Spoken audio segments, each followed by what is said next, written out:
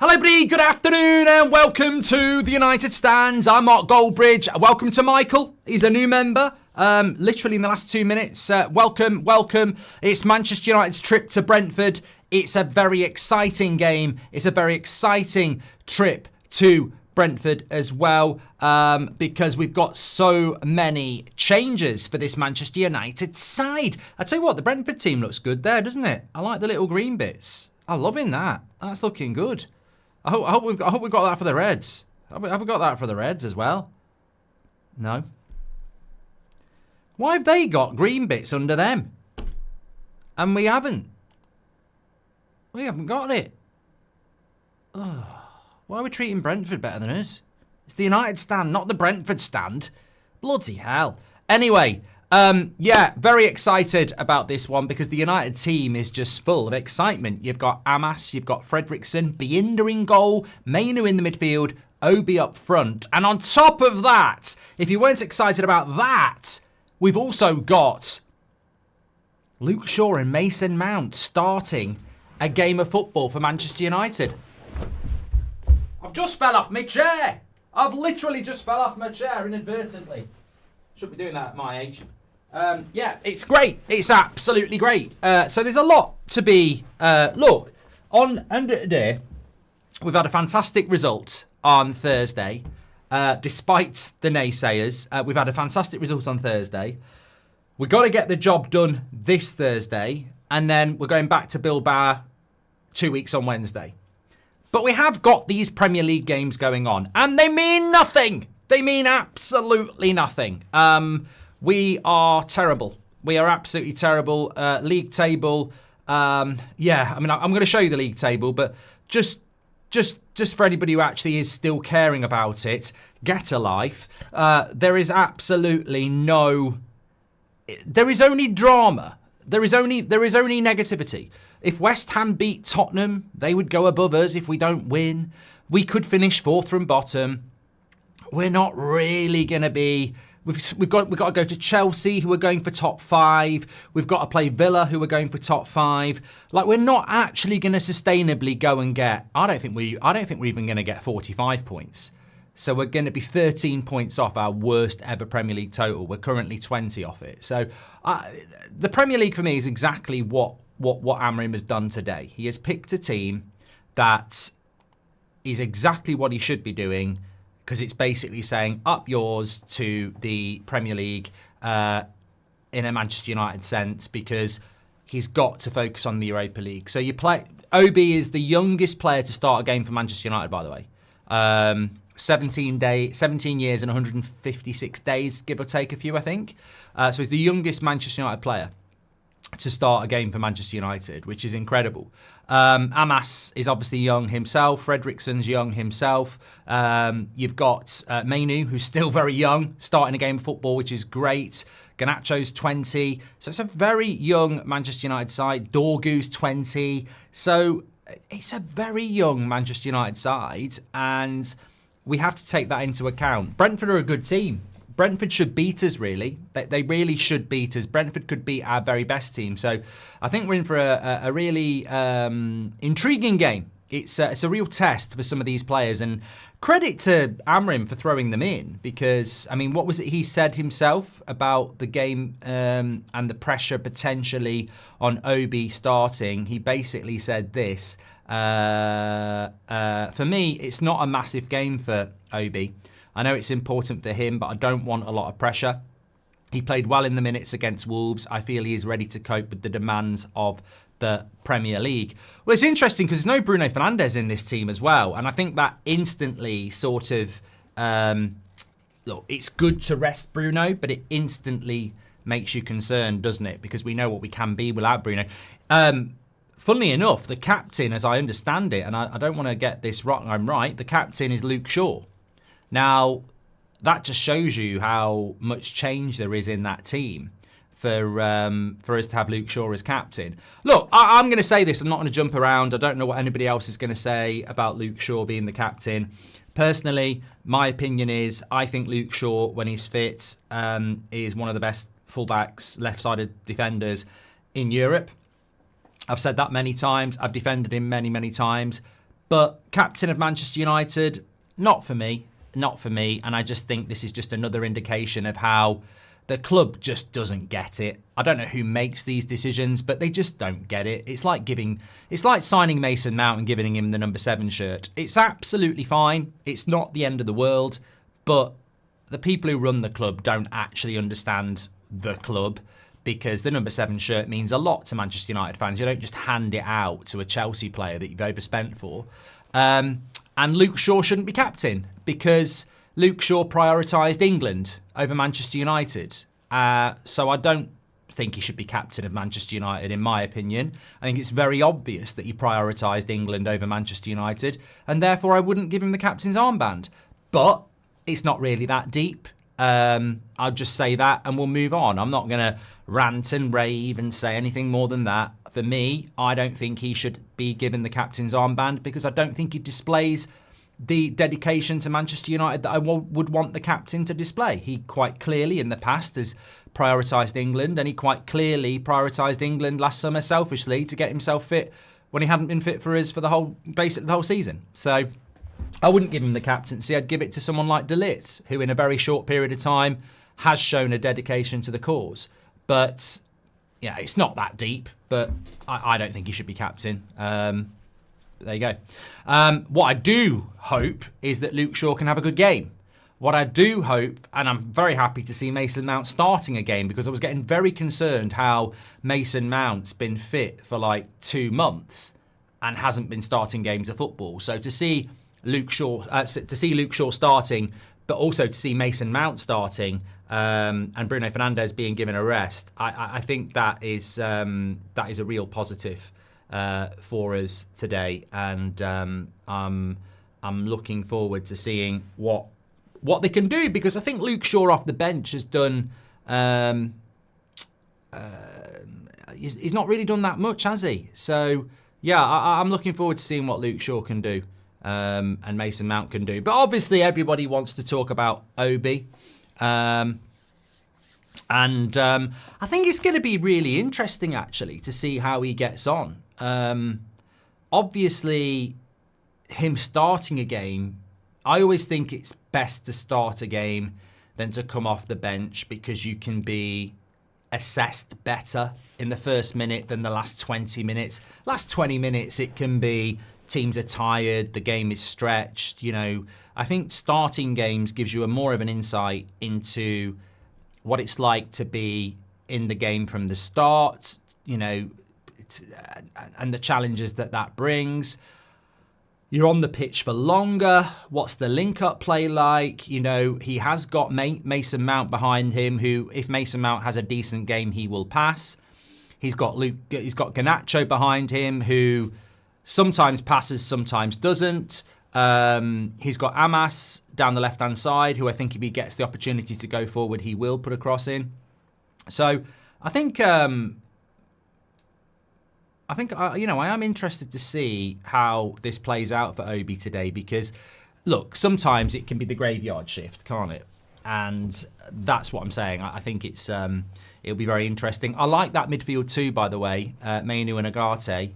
Hopefully I personally feel that Mainu's best position is in the midfield too. So hopefully he can do something there as well. And fundamentally, this is a real positive that we can get a team out that we're excited to watch whilst resting the likes of Maguire, Mazraoui, Casemiro, Yoro, Bruno, Rasmus, Anana. Trying to think who else. We're resting quite a lot of players here. Big shout out to Harry Maguire. He's showing true character, says GRG. Thank you very much for your super chat. I'm excited by the lineup. Really hope Shaw and Mount can go on and get a good run of games, says Rocket Games. I think with Shaw and Mount, it's about can they stay fit. Shaw starts, but bloody hell, he is our captain, says Rick with it. And it's meaningless, but surely we can prepare for next season, says Constantine. Doesn't care about the Premier League anymore. Already a writer off, says DV. Manicanian has gifted 5 memberships, by the way. What a legend. Get your badge in there as well. Where's Ahmad, Mark? Not even on the bench. Oh, no, he is on the bench. God, fuck. I was like, what? Oh. Bruno's on the bench. Casemiro, Ericsson, Ahmad, Heaton, Maguire, Lindelof, Rasmus, and Yoro.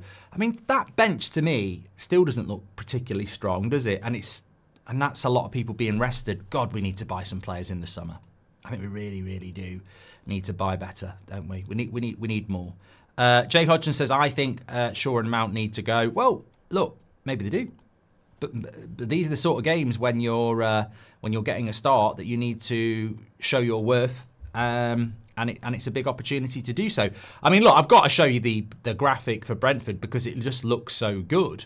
I don't know what's going on with their team, and oh no, it's changed now. I don't know why I had the green bit underneath. I've got to message this.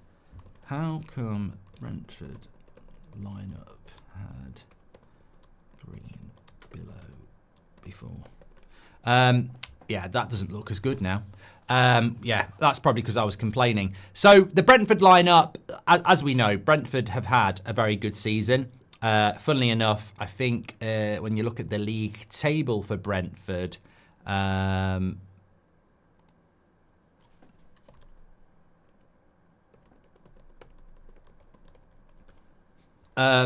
think when you look at Brentford in the league, they actually are in 11th place, but a win for them today would take them up to 9th. So very important for Brentford. They're trying to get European football. I'd say Brentford are favourites, much the same as Bournemouth last week. I think we'll get a draw out of this.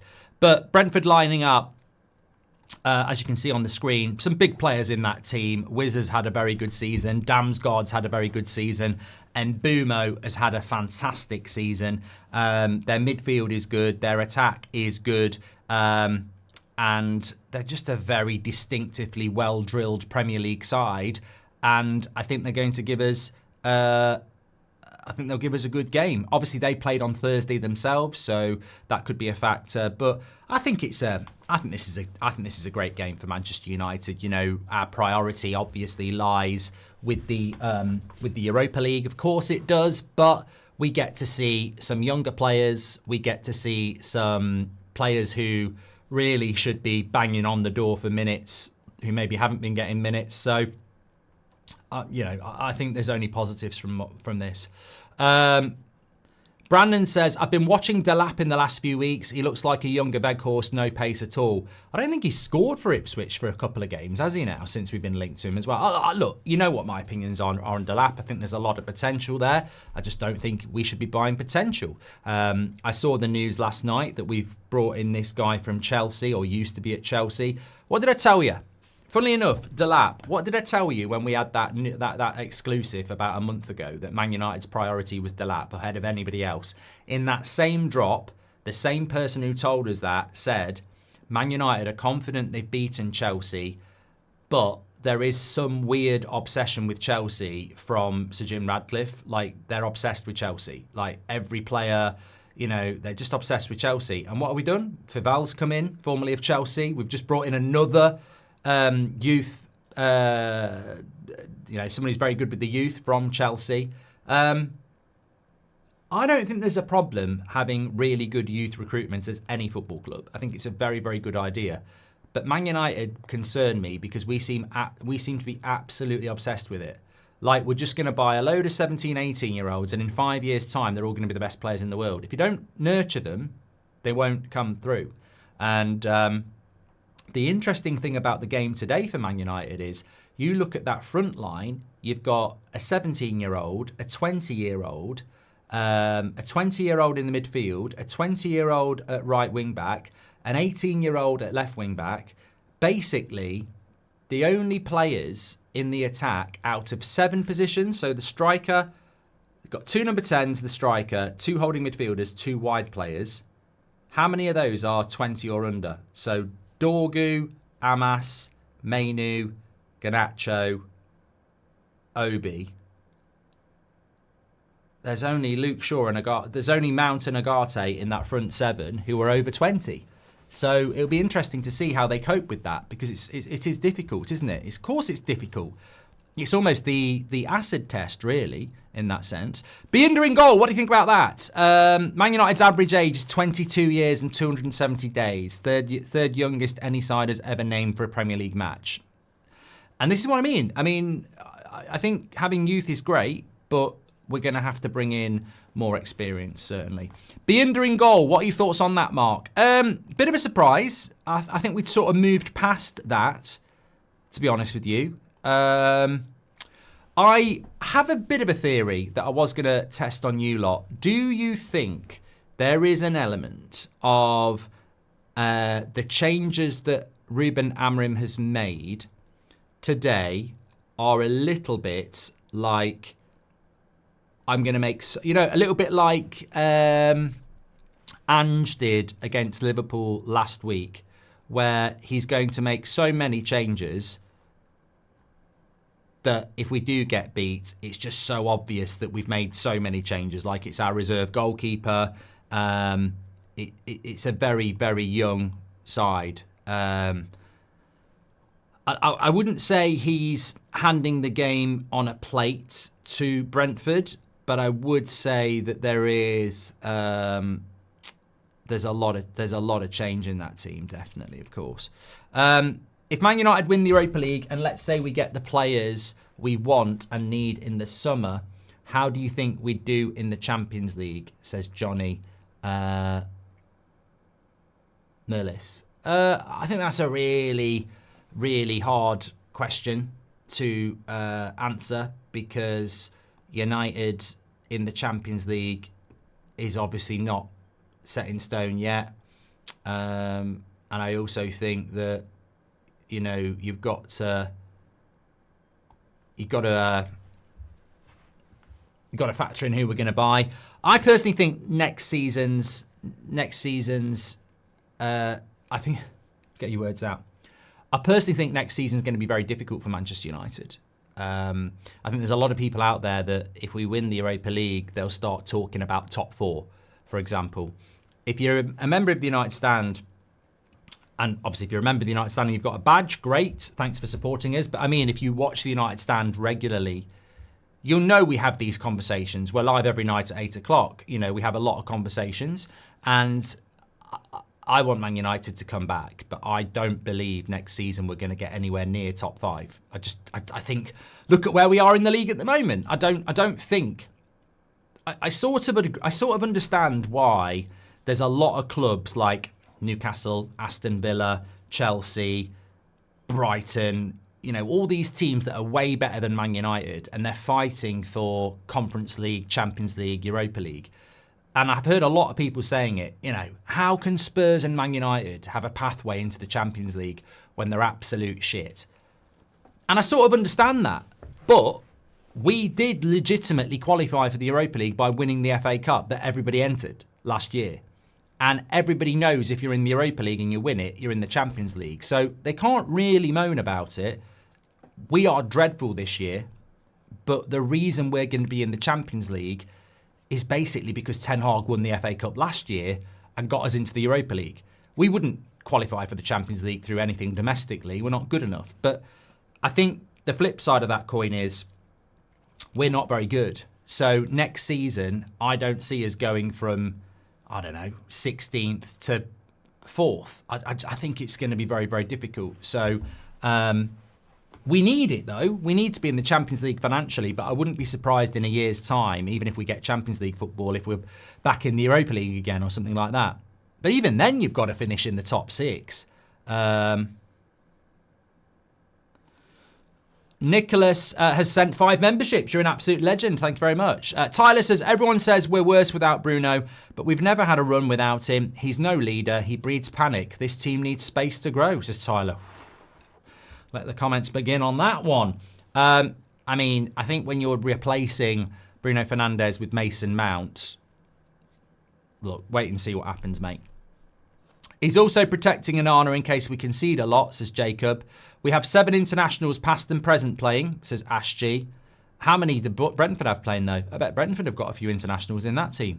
Thoughts on Reform, Quake and Nigel Farage, says Rajaf. Yeah, not on here, mate. If Man United win Europa League. I think I should do like a Goldbridge reacts to general topics, you know, like Goldbridge thoughts on Eni Aluko's outburst at Ian Wright, Goldbridge thoughts on Reform Quake, Goldbridge thoughts on the one camera filming of adolescence.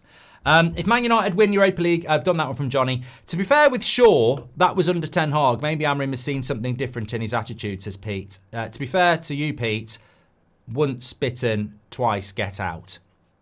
I mean, Luke Shaw behaved badly. I wouldn't give him the captaincy. Benjamin has joined the membership. Thank you very much. Who do you think is going to win the Champions League, says Ewan? I think it's really wide open, but I think probably Barcelona. Who are the 3 players we're most likely to sign, says Joe Coleman. Thanks for your super chats so far, by the way. You can do that through the $sign. We will read them out. What is reform, says Stuart Atkinson? Exactly. I don't really understand it. Who are the 3 most players we're most likely to sign? Cunha, Delap, and Inacio, I would say. That would be my guess. Hamza says the league is absolutely written off, so let's enjoy it. Goldio says goalkeeper and striker are our biggest priority positions. If anyone disagrees, you're objectively wrong. There you go, Goldio. I'm going to use that in future. Big shout out to Harry Maguire. I've done that one from GRJ. I've caught up there. As I said, we are live for the watch along. Thanks everybody for tuning in. Brentford against Manchester United. Also got Newcastle Brighton on, and on That's Football for Chelsea against Liverpool later.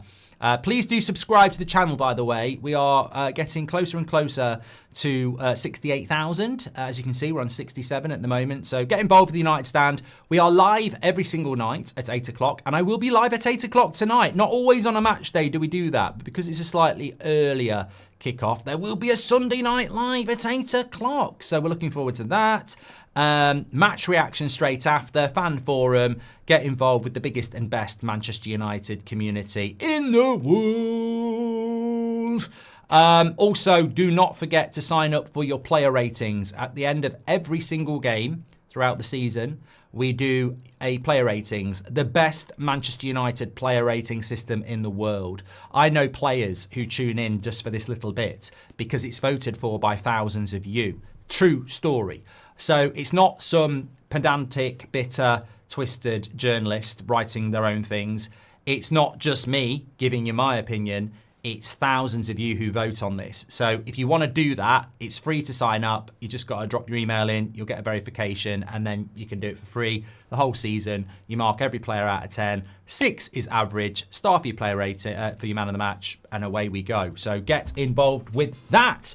Sean Atwood says, we drew to Bournemouth. Sorry, let me go back to that.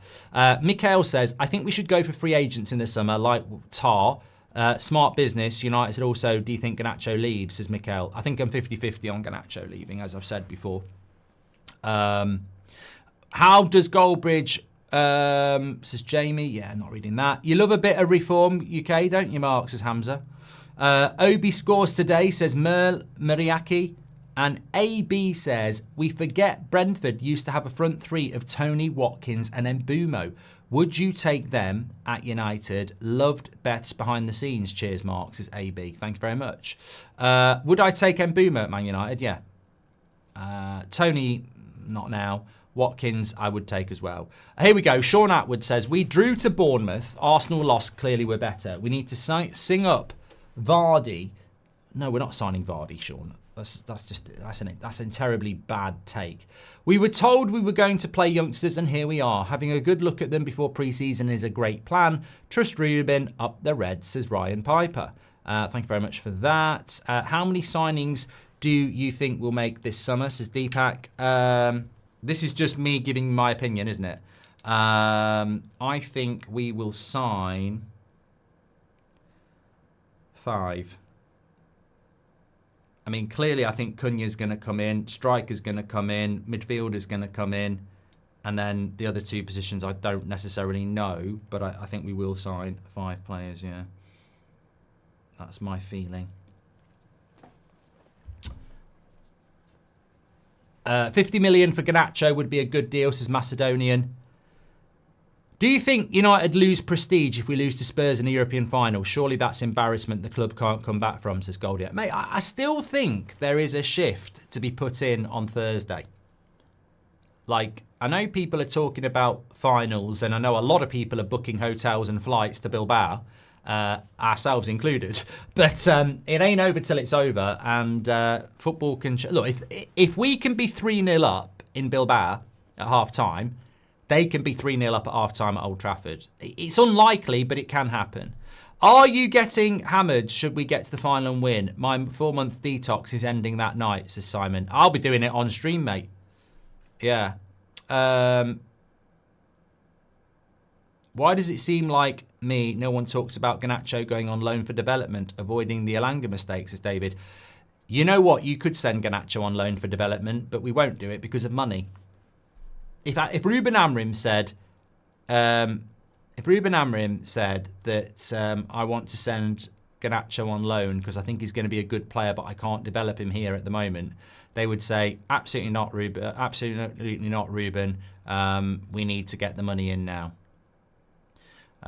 Sean says it was a joke. We need to sign up Vardy. Did you see how he blew the ref's whistle yesterday? Well, it didn't come across as a joke. I saw him how he blew his whistle. It was a joke, anyway. Yeah, okay. Thank you very much. Everybody's tuning in. Make sure you share the video. Players are in the tunnel. Newcastle and Brighton are just coming out as well.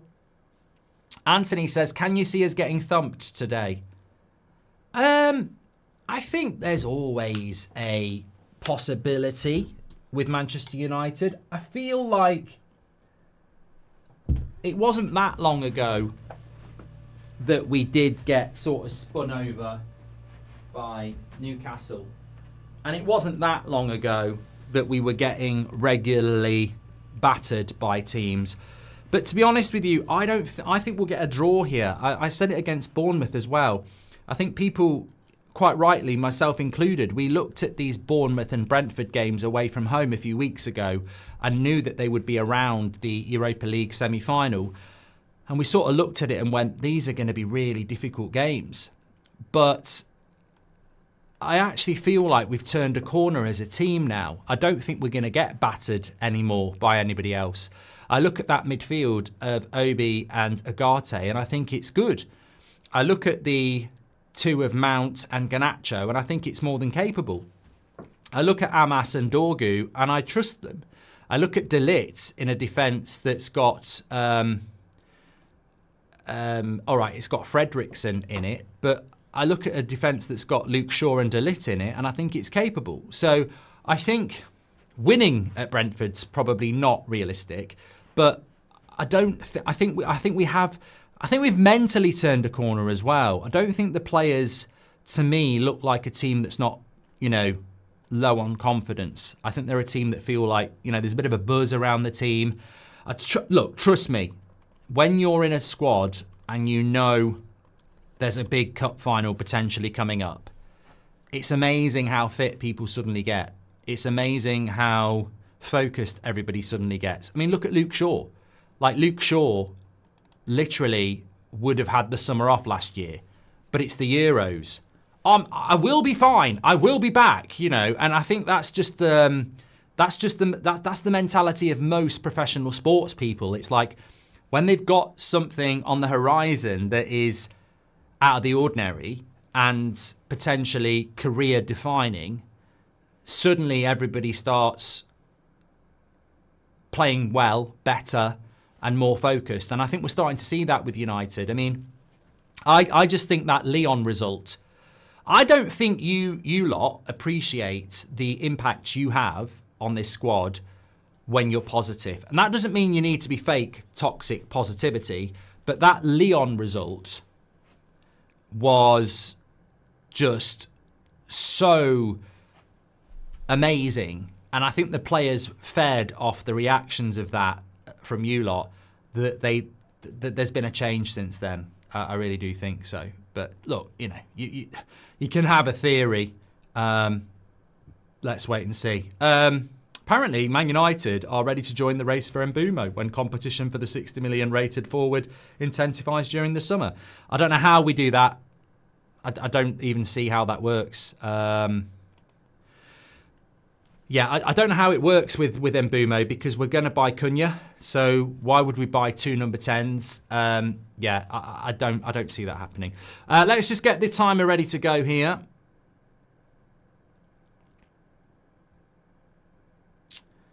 I'm going to change the picture at the back. I just want to do the timer.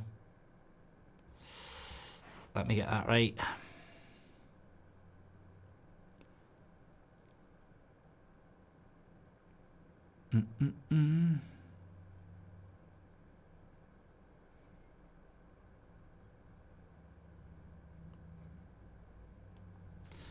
Okay. Oh, I've turned the bloody light off now.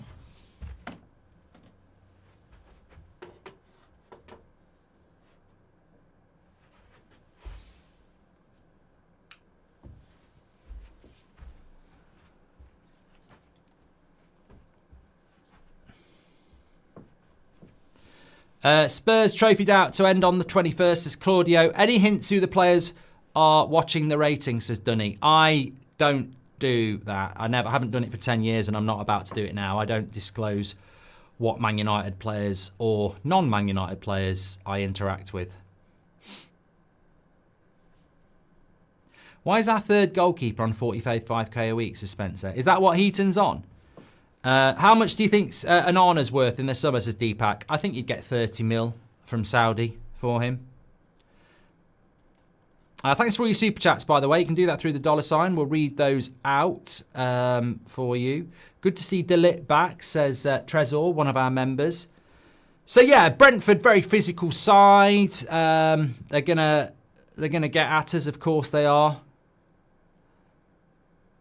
Delit will play central of the 3, by the way. I think one of the graphics we've got show Fredrickson playing there, but that will be wrong. I think they had that.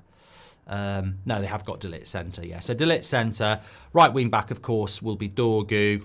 Amas out on the left. Luke Shaw left centre back.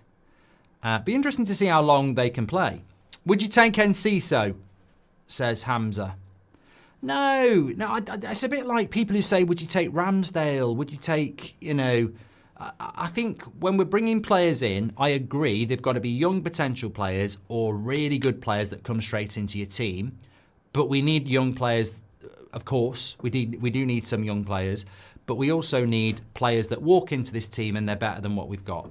Which actually isn't that difficult, I don't think.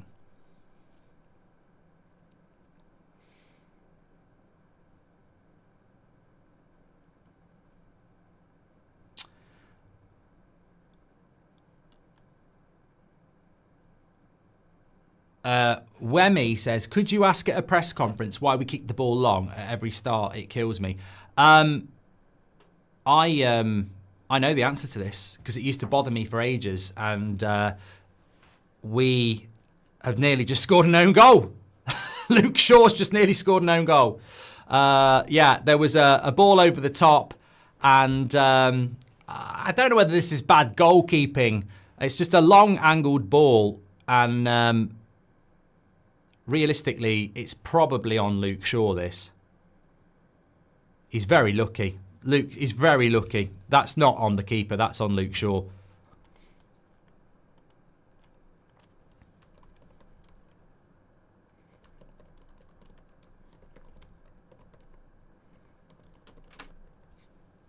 He's got to be aware. He doesn't even need to head it. What channel is the game on today? Just push all the buttons. Would you take Enciso? And Brentford nearly scoring on the back post. It's a bit of a shaky start here. Shard on the back post there. And yeah, just another cross into the back post. And United, Shade, sorry. They're queuing up, really. I think it's positionally strained. Endrit, welcome to the Members Club. Thank you very much for that. Top 6 predictions for next year, says Nico. God. Arsenal, Liverpool, Man City. It's hard. It's really hard. I wouldn't put us in there, though. I don't think we're good enough to surpass Chelsea, Villa, Newcastle next season? I hope we are, but I don't think we will be. Do you think it's wise to make Yoro a starter when he's too young? So young. Arsenal sent Saliba away for 2 seasons in a less physical league, NH23. Yeah, but I think what we've seen from Yoro so far, he's developing really well. So, you know, I understand what you're saying, but I think he's developing well. Brentford have started off really good on the front foot here, and this is something we're only, you know, sort of 5 minutes in here, but I have said this before.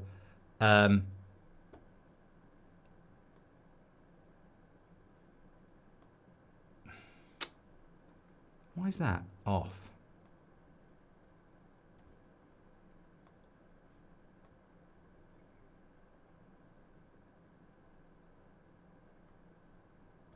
I have said this before. For Obi, it could be a graveyard shift. Garnacho. At least he passes. Are you looking forward to playing Leeds next season? And will you do a joint watch-along with Conor McGilligan? Never heard of him. Don't want to be disrespectful, but I've never heard of them, so no.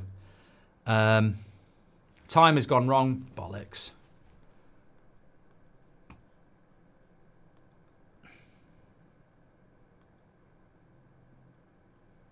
To sort this down.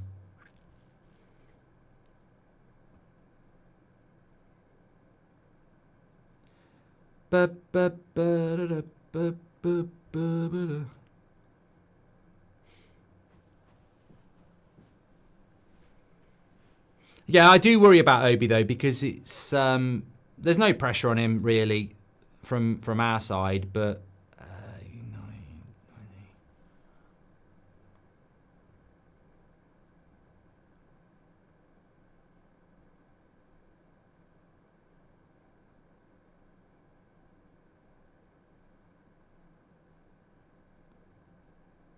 I've done this wrong.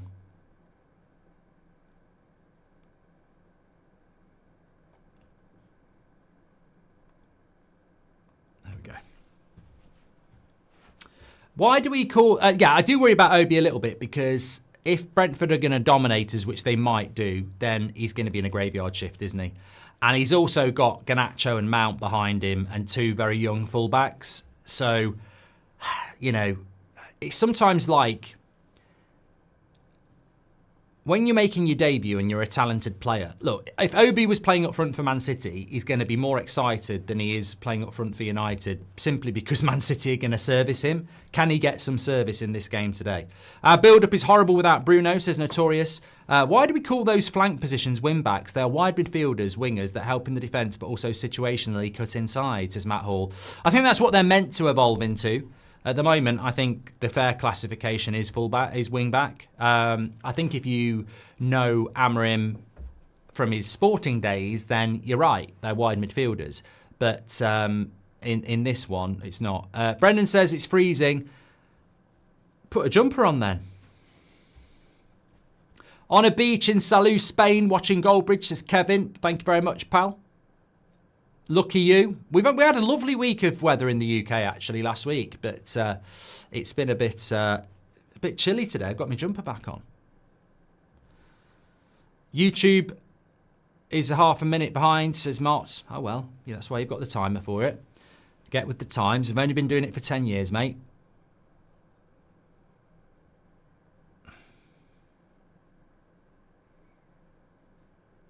If it's freezing on your stream, I think a couple of people have got a few problems. Just refresh it. Give it a go. Saw you in Audi last week. No, you didn't.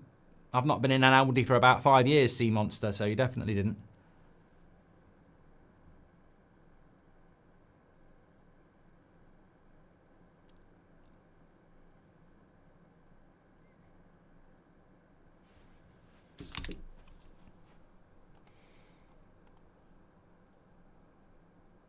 Yeah, I can't see... I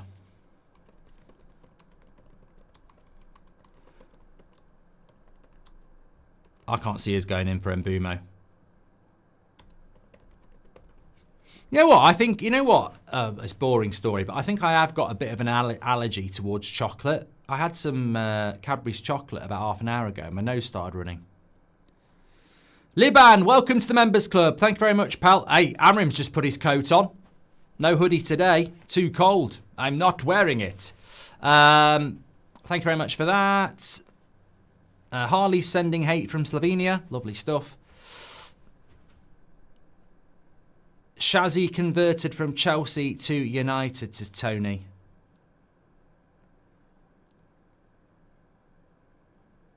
Here's the big one. Custard cream or bourbon, says Nico. I'd say I'm probably a bourbon person.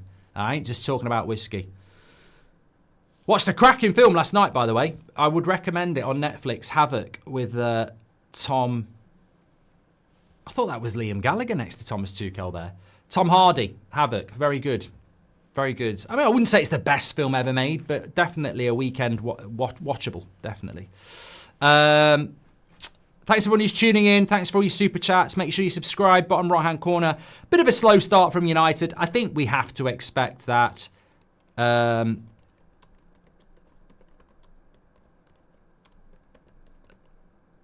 up, Luke Shaw goes for a corner.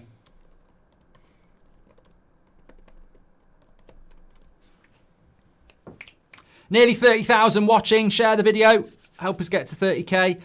Yeah, I think with regards to this performance so far in the first 10 minutes, I've seen a few people moaning. We do have this, what I call vocal minority that would get on really well with Arsenal fans who just moan about absolutely everything. I think with regards to the game today, there are so many changes against a proven Premier League side in Brentford who are playing at home, trying to get into Europe. The chances are that we are probably going to lose, logically. So if we can get something positive from this, it would be very good because they are a good side and they are playing their strongest side against a bunch of lads that are predominantly 20 or under, who haven't played together much at all and haven't played at this level much at all. So we have to give context here. I don't want to see people going, oh, Hamas ain't good enough, or Obi's not good enough, or Mainu's not good enough. There has to be context. You should just enjoy this for what it is. The Premier League doesn't mean anything to us anymore this season. So what we are doing is giving kids minutes in big games. And I think that's important. Here's Garnacho coming down the right-hand side. Loads of players around him. And wins a throw-in. Crossline Official says, what's your favourite Definitely Maybe song? Slide Away! Are you like me and buzzing from the 3-0 win, says Mr. Mortimer? Yeah, mate, I'm still buzzing from the Lyon win. I'm just like, I can't, great point. If we can get through Thursday, I'm going to be so excited for the next 2 weeks waiting for the final. Nervous, obviously, because it's a one-game season, but excited, come on. Flying from Sydney to Bilbao, managed to get a final ticket, says Pierce. I hope we're in that final, mate. We should be, but you've got to take the risk, haven't you? Deepak says, can you shout me out in the post-match if Obi gets service today? Trust the midfielders and Mount for passing, and a good Shaw cross is always on the cards. Thank you, Deepak. Cunha or Mbumo, who would you have at Man United? I'll tell you what, I'll run a poll for you on that one, Greenfire, being as you did a super chat.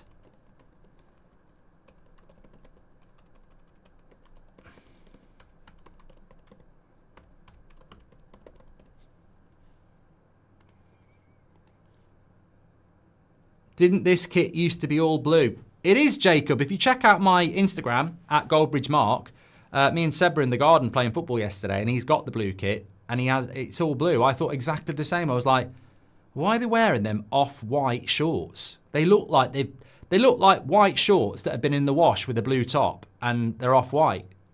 But yeah, it's normally that. Goal Man United! 1-0! Mason Mount scores for United, and it's a lovely bit of play down the left-hand side. And I tell you what, it's Garnacho with a cross. Garnacho with a cross.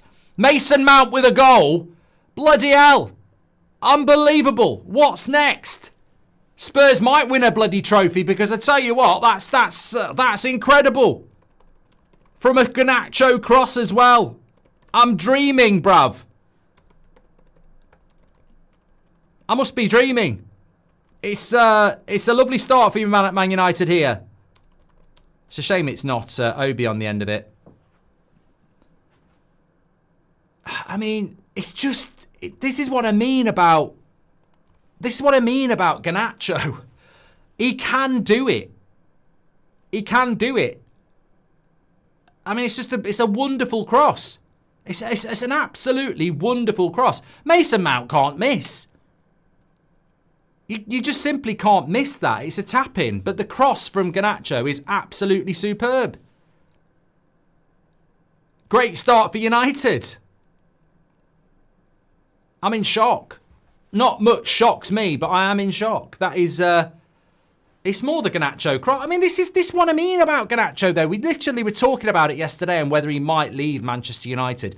If he grows up and stops being selfish, there's no reason for him to go anywhere because he's got the potential to be absolutely anything. And that's what he can do. And people say to me, oh, he hasn't got talent. He's definitely got talent. Definitely got talent. That cross is absolutely delightful from Garnacho. And we need to encourage him on that. I mean, I think sometimes you need to criticise him.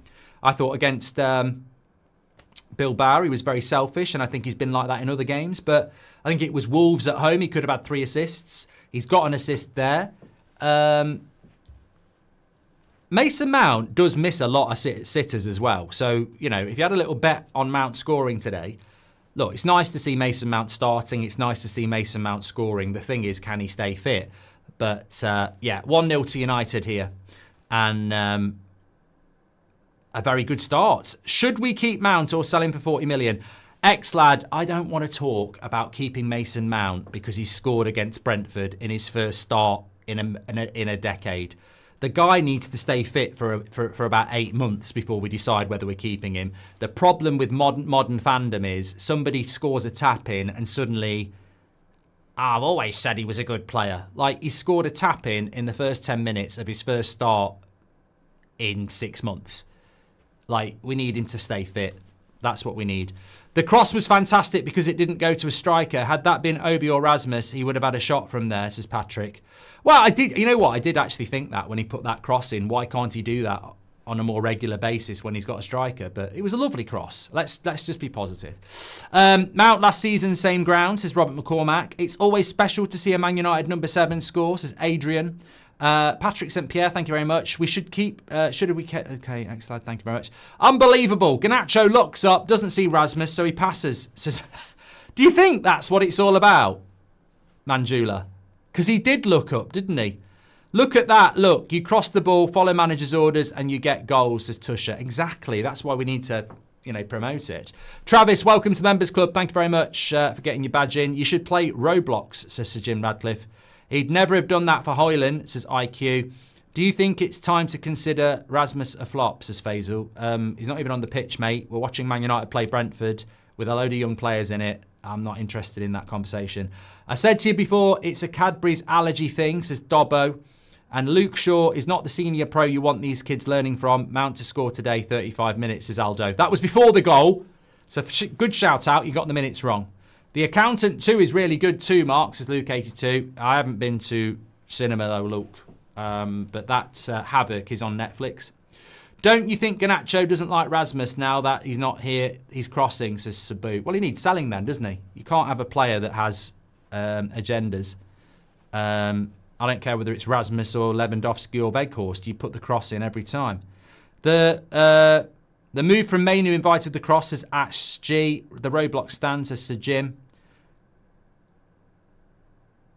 You mentioned Dumfries last night. I live in Dumfries and it's a lovely bridge, by the way, says David Boyd. It came up on a search when I put Dumfries in.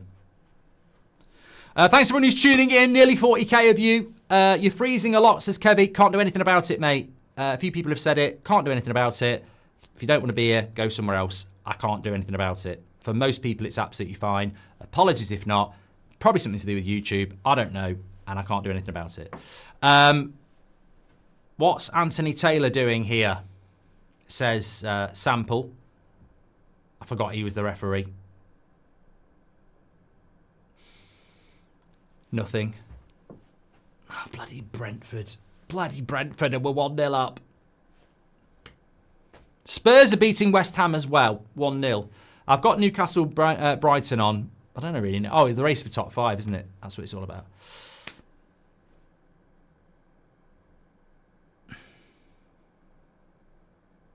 James says, only YouTuber I know that tells you to go somewhere else.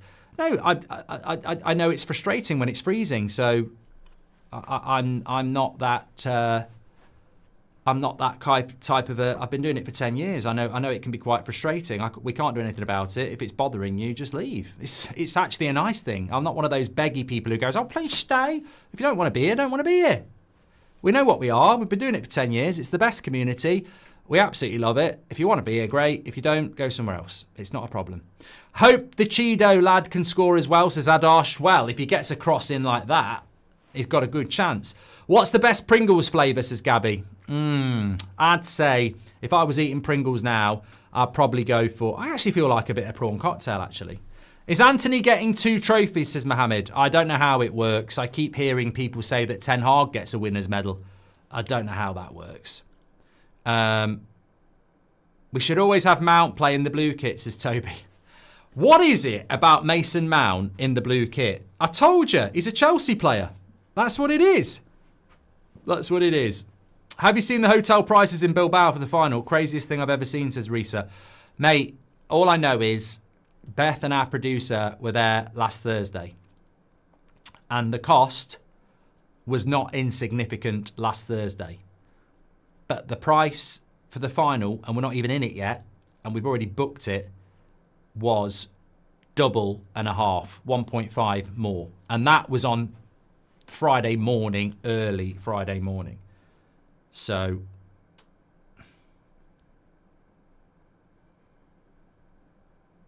yeah, it will be crazy prices.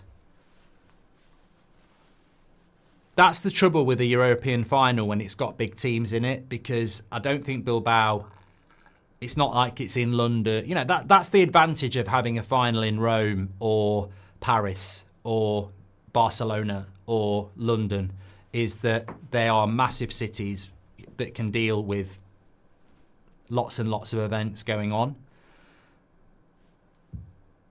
And also, they'll just hike the prices up. Early morning game in the States. Let's go United. Yeah, let us know where you're watching from. Big up if you're just waking up in the States. You must be thinking you're still asleep. You must be dreaming if you're in LA. What time is it in LA? Coming up for about 5, 6 o'clock in the morning.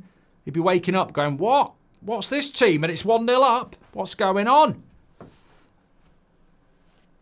Thank you, Victor. Paul Coleman's just gifted 5 memberships. Legend, mate. Chiri says, I've seen Mbumo track back twice and he is in a team star man. Unpopular opinion, but I think I prefer his mentality to Cunha.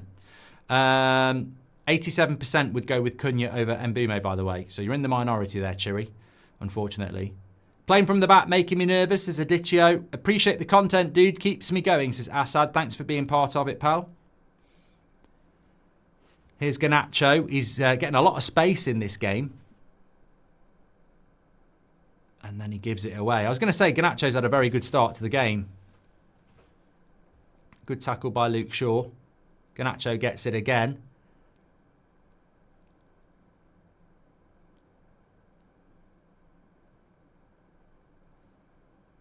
It's 6:30 a.m. in Arizona, says Captain T-shirt.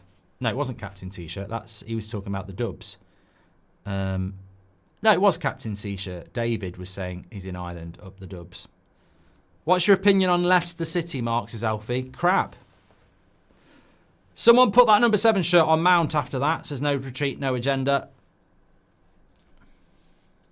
So 25 minutes gone nearly already here. And United 1-0 up at Brentford. I said we wouldn't lose. You know who I've been thrilled with this season? Agate and Yoro, especially Yoro for his age. He's some player and looks already like an example setter, says Mr. Mortimer. I just don't, I don't understand any criticism of either of those two players. For a first season in, and I think what people forget is that when you're a new player, stability is really important. And you come into a United side like this, who are, having their worst ever Premier League season, I think you've got to cut them some slack anyway.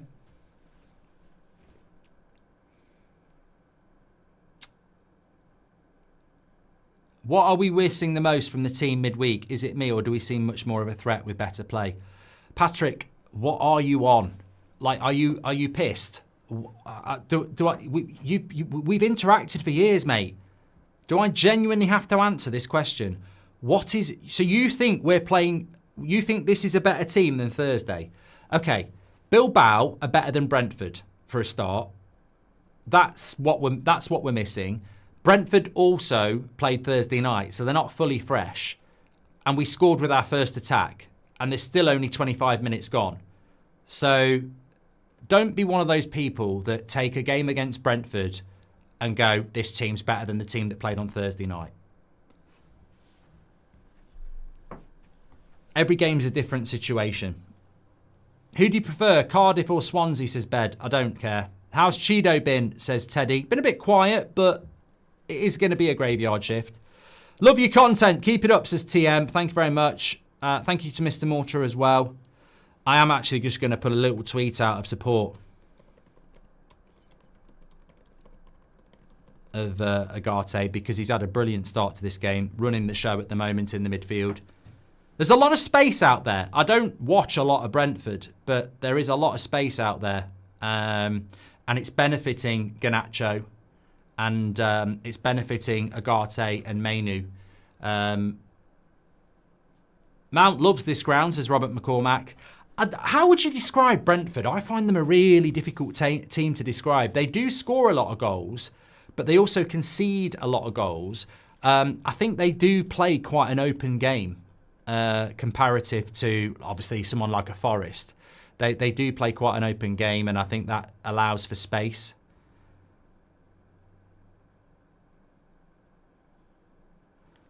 Yeah, Spurs are winning at West Ham as well. Oh, no. Oh, no. They've scored. I was just looking at the Spurs game. Brentford have scored. Just when I tweet about Agate. Who do we blame here then? It's Damsgaard who's scored. It looks a little bit... Well, it comes from a long throw-in. I mean, Brentford are a little bit like Stoke. They do these big long throw-ins with the towel. And we've cleared it. And then Amas doesn't win the 50... Oh, it goes in off Luke Shaw. It's a soft goal, that. Amas can't win the 50-50, but that's weak by Shaw. De Ligt's not happy that Amas doesn't win the header, but... Yeah, really weak defending that by Luke Shaw.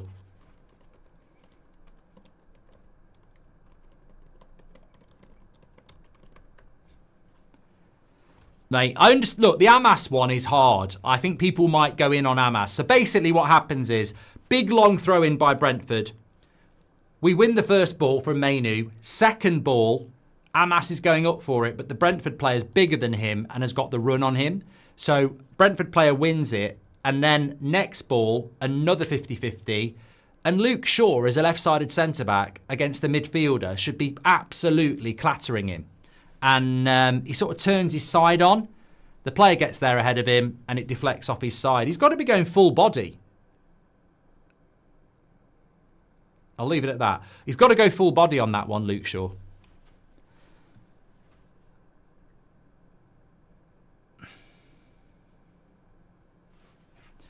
That's a soft equaliser, really. Come on, United. English lad living in Perth on holiday in Phuket, Thailand. Let's have it, says Raskit. Have you noticed our passing has become great recently, says Hyans? I wouldn't say it's great, but there's definitely improvement. Amaz doesn't like overlapping. He's not as high as Dorgu, says Jamie. And I'll take the L on that. Perhaps I need another drink, says Patrick St. Pierre. No, Patrick. It's just like... It's very early in a game against Brentford, whereas I think Bilbao are obviously better.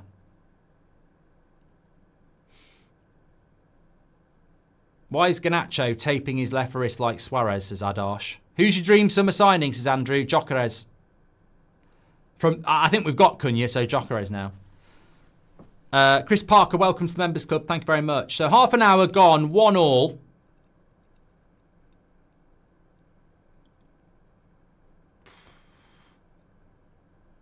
Shaw's look horrible today, says Say. I think Luke Shaw's looked horrible every bloody time I've seen him play since he came back. I'm just hoping it's a fitness thing. They're a bit of a mess at the back at the moment. You know, we scored a really good goal, and then we've conceded a shit goal, and it's now going to be, can you get your heads up? Confidence is great when you score a good goal and you go 1-0 up away from home. But you know, you gift an equaliser. Shaw's nearly got 2 own goals now, says Will. Oh, Brighton are beating Newcastle, by the way. Didn't see that goal, even though it's on the telly. Probably around the time Brentford scored.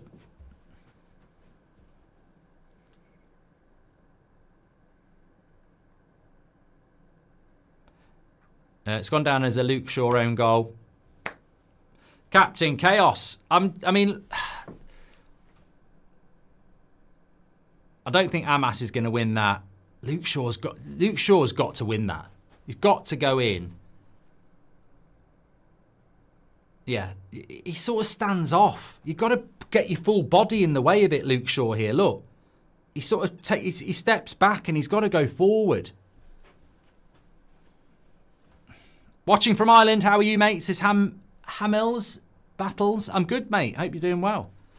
Thanks for your super chat.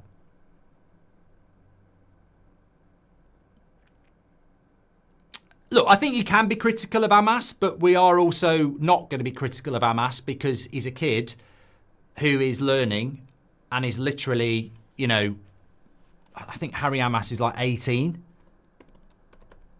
And if we're going to start going after 18-year-olds, I mean, he was literally 18 last month. So it's the same with Obi. Like, we've got to give these people time and not be criticising them ridiculously. Also, it's a 50-50 header that I wouldn't necessarily expect him to win. But I'd expect Luke Shaw to defend that better with his experience and a captain's armband on. I mean, let me just give you a bit of context. Is Harry Maguire going to go into that side on? No, he's going to go in like a bloody bull in a China tea shop, isn't he? Plates and cups everywhere. Favourite crisps and favourite flavour of Seb crisps, says Hamza. I don't eat a lot of crisps, mate, but I do like ridged crisps. McCoy's, steaks, grilled steak. It's all Brentford at the moment. We've gone a bit quiet here. Bjorn says, blaming Luke Shaw for a deflection on a ball he didn't lose or is to blame for is wild. Not surprised. Well, Bjorn, I love the comment because we all have debates here, but you're not surprised about me blaming Luke Shaw, aren't you? Oh, is that because I've got an agenda against Luke Shaw? Or is it because the last 5 years, when people have called Luke Shaw shit, fat and a waste of space, I've actually said he's one of the best left-backs in the world? So, first of all, it's 2-1 to Brentford. Second of all, I've always defended Luke Shaw. It's a shame he doesn't defend his goal the same way that we defend him. 2-0. 2-1 to Brentford. Shocking defending. De Ligt's injured. It's all going fucking wrong here. What's going on? I'm more worried about the injury. De Ligt injured as well. Oh my God.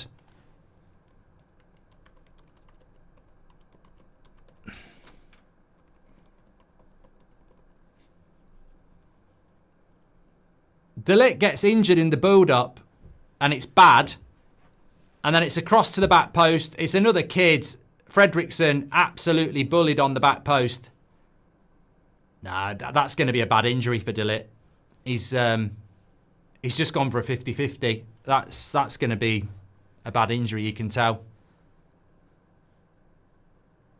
I mean, he's absolutely... Is this shade for Brentford? He's absolutely towered above Fredrickson here. It's just absolutely nothing you can do. Just Football. Shaw and Mount audition for sale. Mainu get the ball, says Just Football. Typical United. They were so focused on De Ligt being down they can't defend, says Amar. That De Ligt thing looks terrible. Maguire's now warming up. Fucking hell. I don't think it wasn't a foul on. Amrim Dread said, should it have been a foul on De Ligt? I don't think it was a foul, mate. This is a disaster. This is a disaster. You know, in the last month, it's gone De Ligt, Xerxes. Who else has got injured in the last month? De Ligt, Xerxes, Delo, and now De Ligt again. What we're averaging one a week.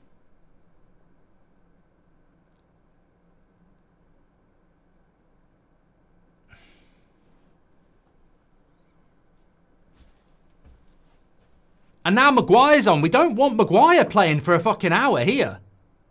Why not put Lindelof on? Boys among men, welcome to the league, kids, says Paul. Yeah, I think this is why you got to be realistic. People start getting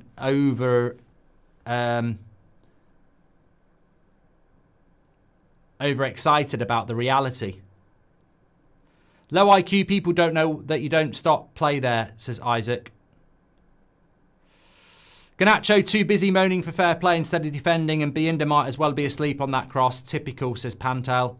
I really fear a Luke Shaw red if he plays in the Europa League, says Michael. When is Martinez back, says Sean McGovern. Not till next season. MOT says that's on Mainu. Another corner here. We're getting bullied here. Getting absolutely bullied.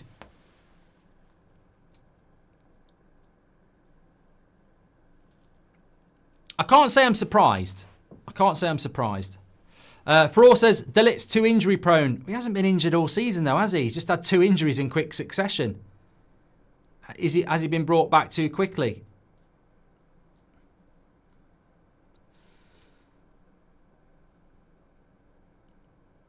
I don't like Harry Maguire being on the pitch here at all. I do not like it at all. I think he's probably in the orange zone anyway.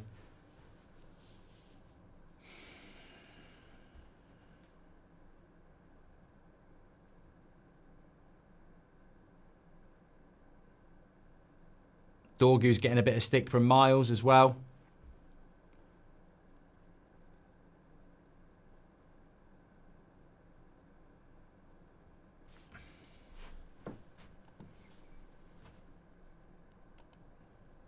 Honestly, I don't even care about the goal going in. Everybody expects us to lose to Brentford here, especially with the team we've picked. It's just the frequency of injuries again. It feels like every week we get a major injury at the moment. Luke says, don't worry, Mark. Harry Yamal will save the day. I mean, what? In relation to stats, though, what's the story? We've had 1 shot. No corners. 1 shot. The goal, really. Yeah, so welcome to Manchester United, Cheedo. You're in a graveyard shift. Keir Simmons says it won't be an ACL because he walked off. You can still walk with an ACL.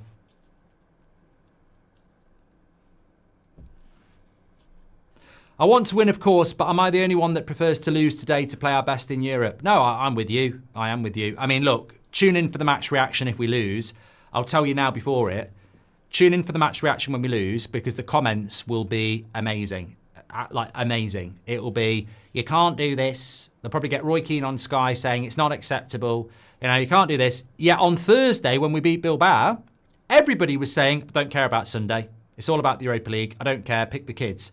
The minute you pick the kids and you lose, oh, Amrim out. Amrim out. I'm telling you now, Amrim out. It's not acceptable. I'm warning you now. Read the comments when we lose. They will all be at it. Amrim out. You know, Amrim out. The system. Yeah, you ain't got a clue. He's sending back to Portugal. It ain't acceptable.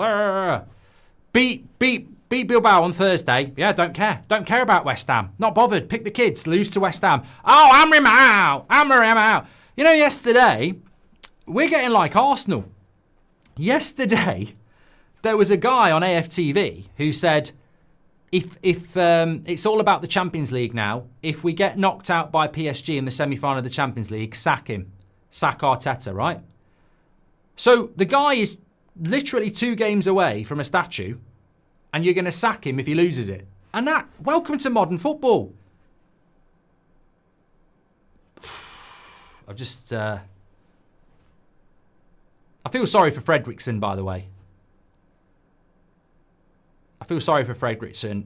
That's a very hard cross to deal with anyway, when a player's got the jump on you. And, you know, he's only a kid himself.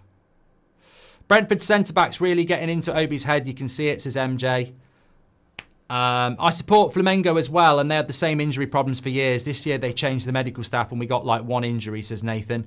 Maybe United have to do the same. Oh, Nathan, absolutely spot on. But don't worry about it, because Sir Jim's going to get somebody else who buys loads of kids from Chelsea. I mean, don't do anything about the medical department that's been shit for 5 years. Just keep buying 17-year-olds.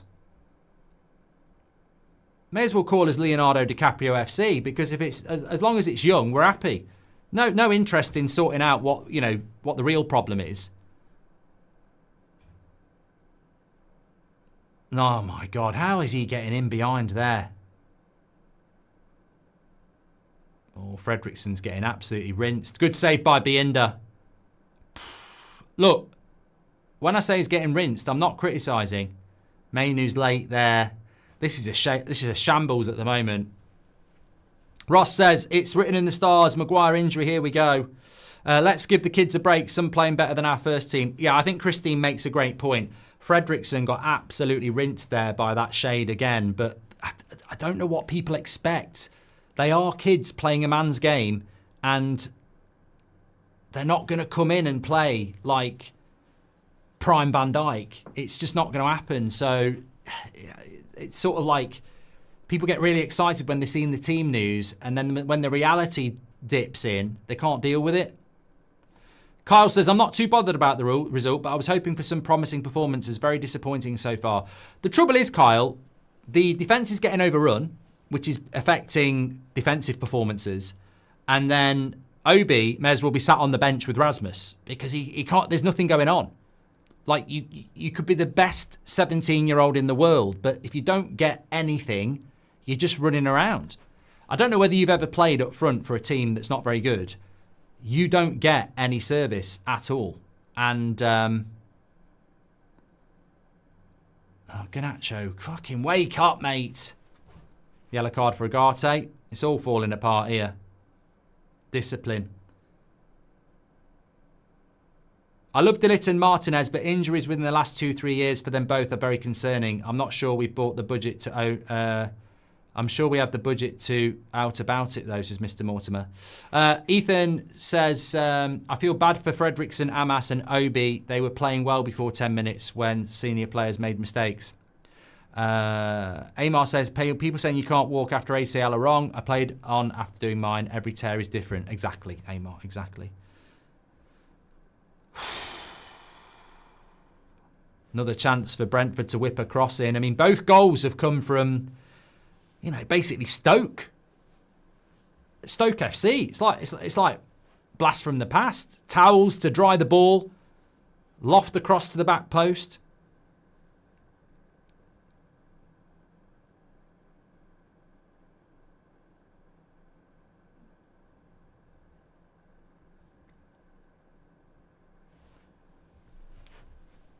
AC says this is a hard watch.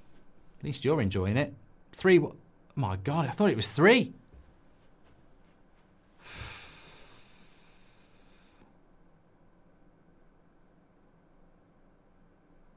I mean, to be fair to Bienda, he's made a couple of good saves in the last few minutes. Amas beaten again on the front post there. That was a good save. That would have been 3.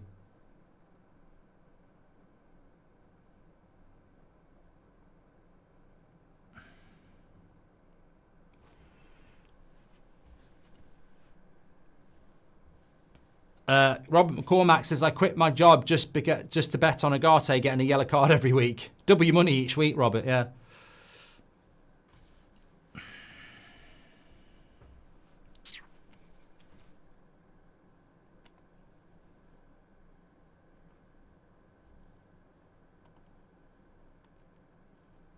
44 minutes. United get exposed in the Prem and scrape by in the Europa League, says Super Donut. Yeah, 3-0's always been a scrape by result, hasn't it?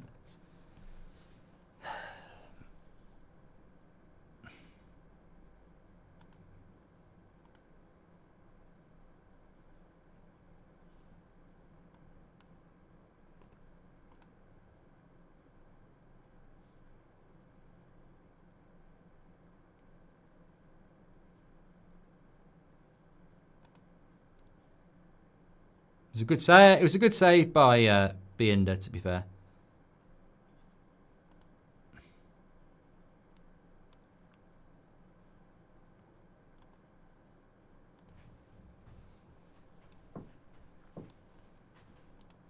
Mainu's really struggled, hasn't he?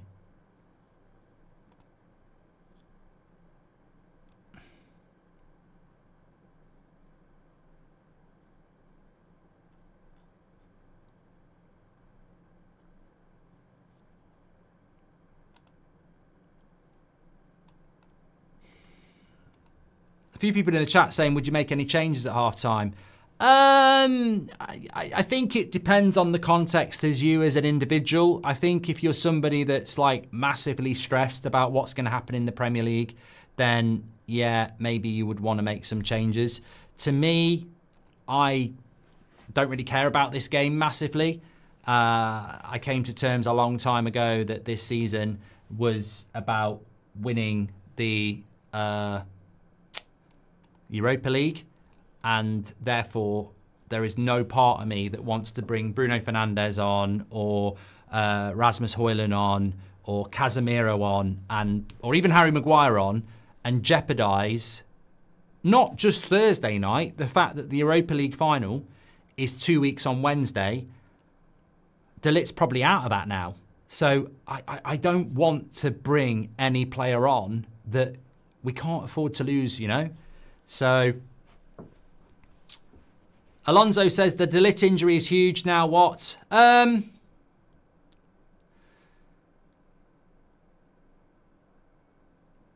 It is a problem. I'm just trying to think, like,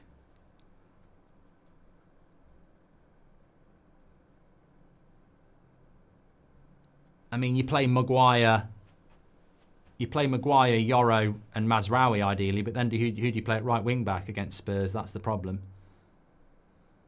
But no, you keep people like Mainu on. You keep people like lovely play by Agate there, by Amas there into Agate. You keep people like Mainu on. They've got to. We can't afford to be taking these players off. You've got to play them into form. I'm not taking Mainu off to bring bloody Casemiro on. It's not worth chasing it. Mount. Oh, could have been a Garnacho. Should have done better there. Akshay says the midfield's getting bypassed. This shows we need a midfield enforcer, just not in context of this game, but overall, says Akshay. I disagree, Akshay, because I think Agate was having a very, very good game until we started making mistakes. Ladies and gents, this is what we are without Bruno, says Orange. Yeah, I think we're rudderless. B16 makes a good point. Why are people surprised? Look at who's playing. It's Cyan says, how bad does the De Ligt injury look? Bad. In my experience, that's a season ender, because to instantly go down and go to the bench, I think it's a bad injury. So I'd say he's out, which is such a shame because he's just come back. But that to me is the biggest thing here.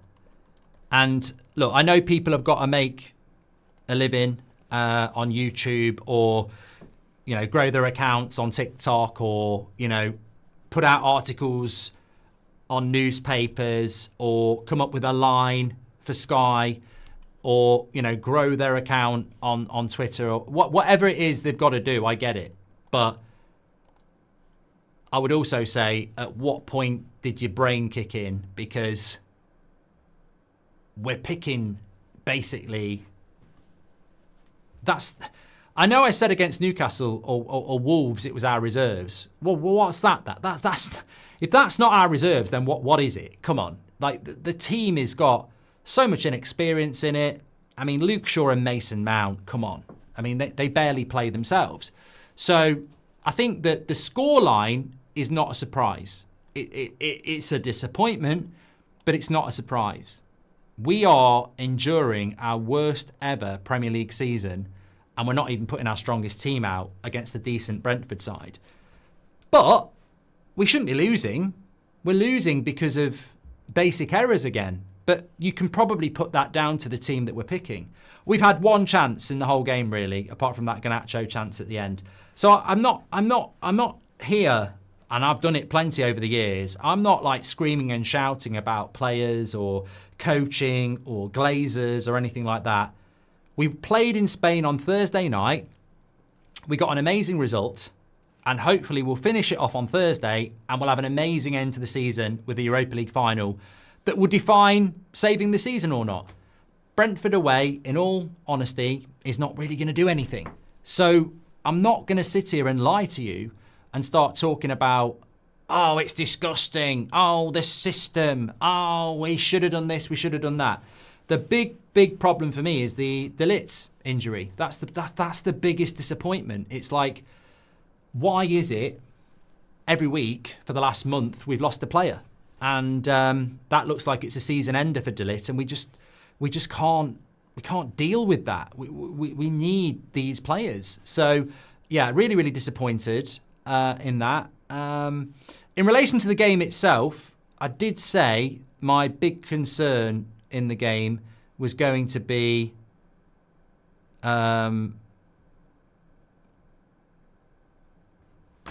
would we get any service into Obi? I mean, look, everyone gets really excited about Obi starting. I'm really excited about Obi starting, but he may as well be sat on the bench.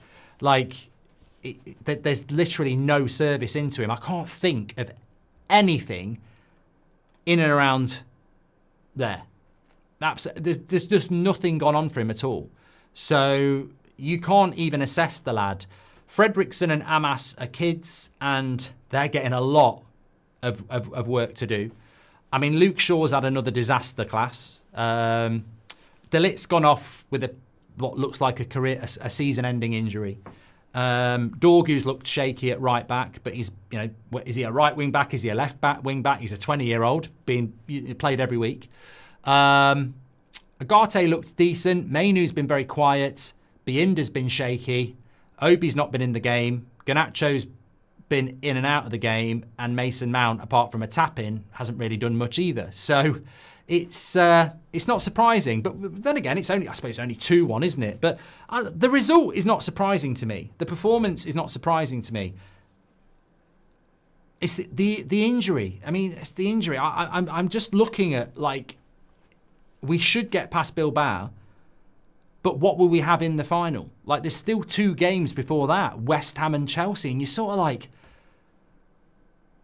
it's descending into what that final few games was under Rangnick, where you've got this manager that obviously knows what the problems are, but he can't do anything about it at the moment. But you've got to put a team out. You're obliged to put a team out, and it's just not going to be able to compete. Mason Mount's playing well, apparently. Oh, okay. I don't agree, but that's fine. Staying positive, happy to see the young players getting minutes and see the pitch in a Premier League game, says Coach. Not being funny, but if we win the Europa League, says JJM, it doesn't save our season. Finishing where we are isn't acceptable. I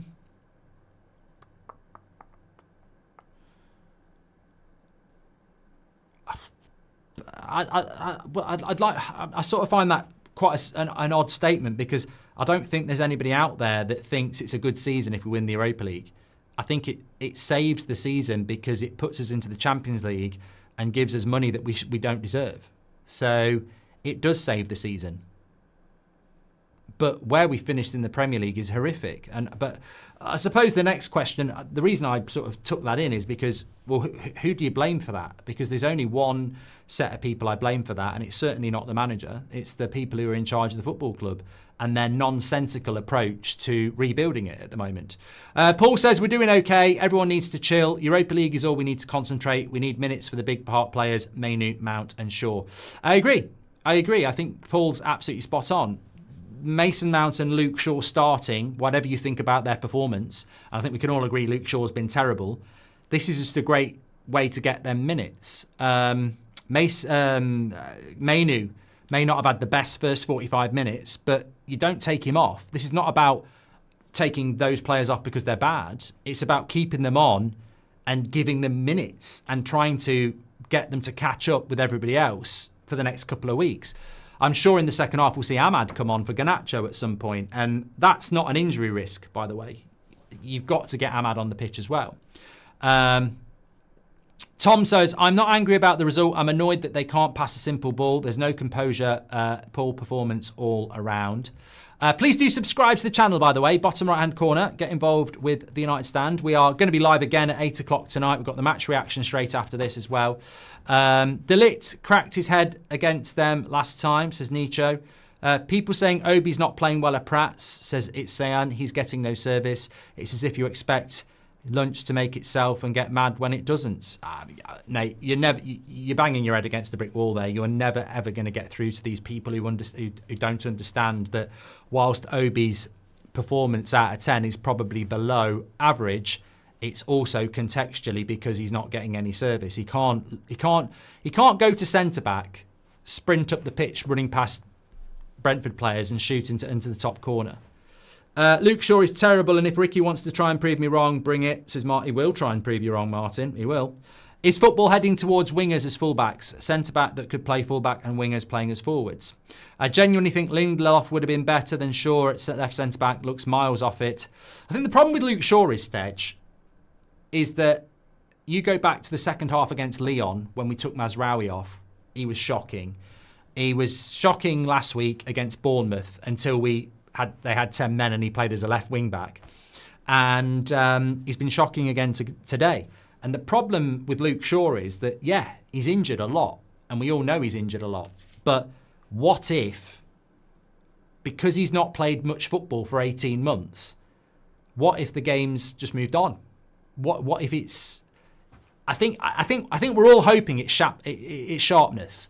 We're all hoping that he's just not played a lot of football, so he needs like a month or so to get back to the rhythm and speed of football. But also, sometimes you're injured, and what I'm trying to say is sometimes people get injured badly and they come back and they've lost a yard of pace. Sometimes people get injured badly and they lose a yard of sharpness. So I'm hoping with Luke Shaw, he's playing badly because he hasn't played for a while and he will get back to where he was. But he is in his late 20s now. He might not get back. So we'll have to wait and see. United says, I'm more pressed about De Ligt's injury over the result. Yeah, I would lose 4-0 today and everybody be fit at the end of it. I couldn't give a toss about a draw if we lose a player for it. United has to be the worst team in Premier League history to detect players who don't have long injury history. All the players we are buying picking up an injury, says Stig. I think this is a bad take. I think this is an angry minority who probably will start shouting hammer him out on the match reaction. I think sometimes you've got to analyse a game of football and look at why the injury happened. That is not injury prone. De Ligt's injury is not injury prone. That's just bad luck. Like, he goes in on a 50-50 and instantly gestures to the bench.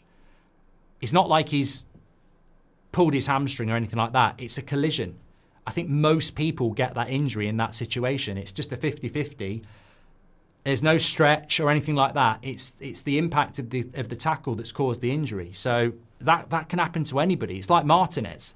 Martinez has had 2 injuries, bad injuries. Basically, it's not because his body's injury prone. It's just bad luck. Luke Shaw's injury prone. Mason Mount's injury prone. It's frequent. It's regular. But I think with De Ligt, it's just bad luck. But it's frustrating because we're investing a lot of money in. Oh, let's get this kid. Let's get this youth recruiter. Let's get this kid. Let's change the fucking fitness department. It's been going on for years. We've lost a player every week for the last 5 weeks. For the season. Delo, Xerxes, De Ligt's gone now. Heaven's injured a lot as well. Collier's injured a lot as well. Like, these are, Collier would be a really useful player. Heaven would be a really useful player. They've not been fit for over a month. What's their injury? Like, it's constant. It's all the time. It's draining. Bradley says, no composure on the ball, players passing with the ball with no purpose, no responsibility and no leadership on the pitch. That's not surprising, Bradley. That is not surprising because you look at that team, I said it before the game, you've got Obi, 17, Mount, hardly played, Garnacho, 20, Agate, Mainu, 20, Amas, 18, Dorgu, 20, Fredrickson, 18, De Ligt coming back from injury, Luke Shaw coming back from injury, and a backup goalkeeper. It's not even reserves. It's going to struggle. I mean, I look at the stats and I go, to be fair, we've had, to be honest, 50% possession against Brentford's crap. They normally give you 70. But we've had one shot, which was the goal. We've had no corners. We've been second best, but I'm not surprised. Luke Shaw at one time was one of the best in Europe. The decline is incredible, says Dakota. I think we've been having a problem with loose bouncing balls. We can't clear them at all. It's comical, says Manacanian. Honestly, Thomas Frank's job today has been so easy. They're young, inexperienced. Let's put as many physical challenges into their penalty box as we can, because we will bully them. And that's exactly what they've done. They've just gone out there and bombarded us. And I don't know whether that's a normal Brentford thing. I don't watch them enough to know. But if I was Thomas Frank, and I think if you were Thomas Frank, let's be frank, you'd just say, they're a bunch of kids. Let's just bombard them with long throws, corners, crosses into the box. And that's how they've scored both their goals. It's not surprising, isn't it? Please do subscribe to the channel, by the way. Don't forget, you can do your player ratings as well. Sign up for that. Get ready for it in the second half. I would say this, though. I don't normally try to influence, and I'm not trying to influence, but I would like to see, I would be impressed if there is some context and maturity in a community that's been built up over the last 10 years that is actually very intelligent. Ahmad's coming on at half-time, but I think that, nobody wants to see Manchester United lose. But we all knew we were probably going to lose this game. And we literally have picked our reserves today and youth team. So you can't demand wins and also demand that we rest players for more important games. We don't have the squad. I mean, our best team probably wouldn't beat Brentford, is it? Is it risky bringing on Yoro and Ahmad?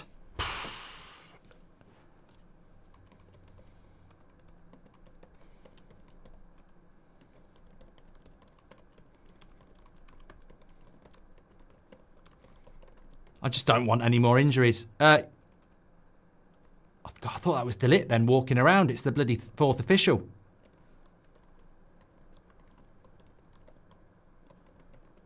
Be interesting to see who he's took off. I bet he's took Fredrickson off. I like the fact that Ahmad's getting 45 minutes. I think that's important. But Yoro, we can't afford another centre-back injury. You've got Harry Maguire on there and Yoro on there, and they've both played Thursday night football. That, to me, is surely what Victor Lindelof is for. He's took Luke Shaw off.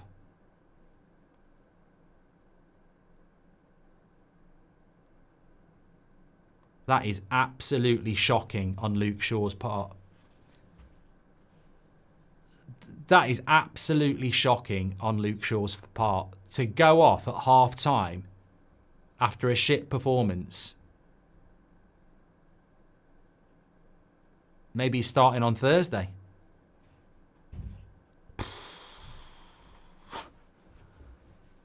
I can't imagine you'd give him the captain's armband with the premeditated, you're coming off at half-time. I don't know.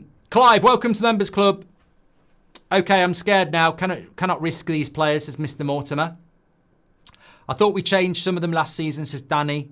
If we win Europa, we aren't going to do well in the Champions League. Worst season will carry on if we don't care about the league now, Mark. So don't agree, says Dean. Dean, how are you going to care about the Premier League now? What is it you want to do, Dean? Why do you want to start caring about the Premier League now? Dean, tell us all. We all want to do well in the Premier League, but how are you going to do it? Should we get all the first team players on for Dean? And then when 4 of them walk off and we don't win the Europa League, we can all go, well, Dean, at least we tried in the Premier League. Come on, Dean. You want the world. You've got to get in the real world. We can't just keep picking our best players every bloody game. It's not going to work, mate. Not going to work.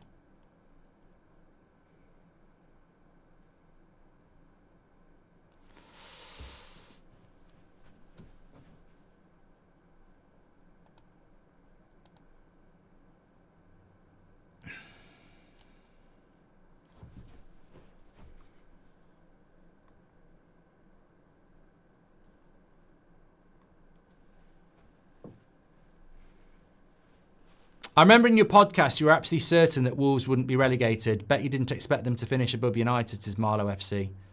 Hi, Mark. Can you name this 1988 action film? Jean Reno, Sean Bean, Natasha McKellen, Jonathan Pryce, plus one of your favourite actors. No, Tracy, I can't. I've got no idea.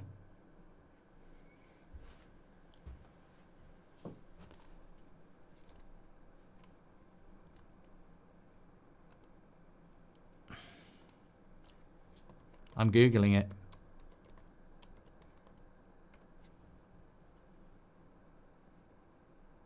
Yeah, you said 1988. I'd have said Ronan if you said 1998.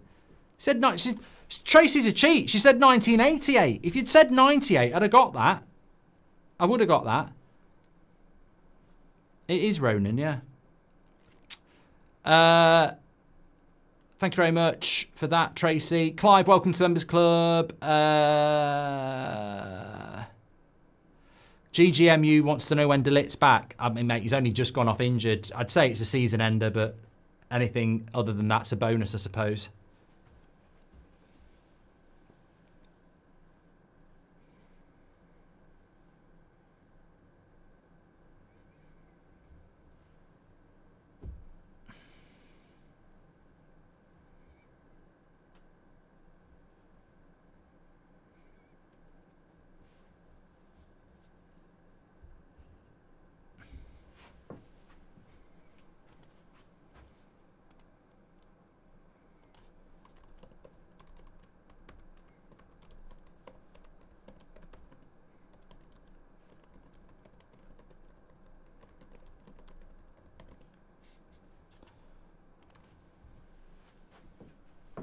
This is the thing about Luke Shaw, though. Like, it's the what is the point in having a player on 200 grand a week that can't play more than half a game of football?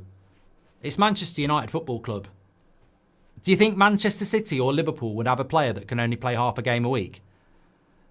This is what I mean. We've become a charity over the years. Victor Lindelof's been at this club for 8 years. He wasn't good enough after 1. 8 years. How long was Martial at the football club when we knew he was injury prone? Luke Shaw can only play 45 minutes. Oh, keep him for another year. He's a nice guy to have around.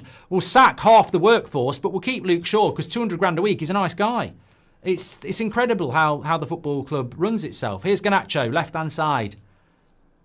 Not crossing this time.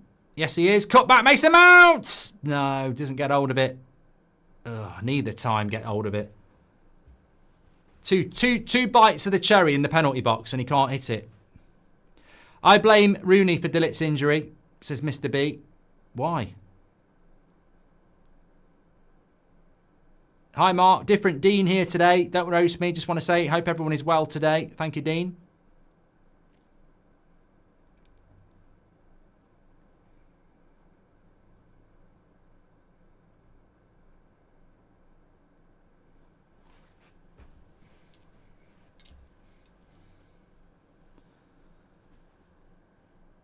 Let's say we get a little bit more tempo here.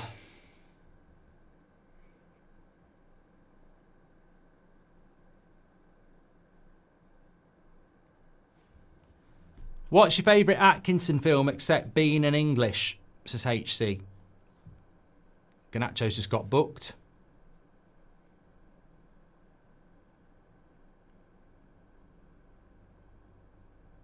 Descent.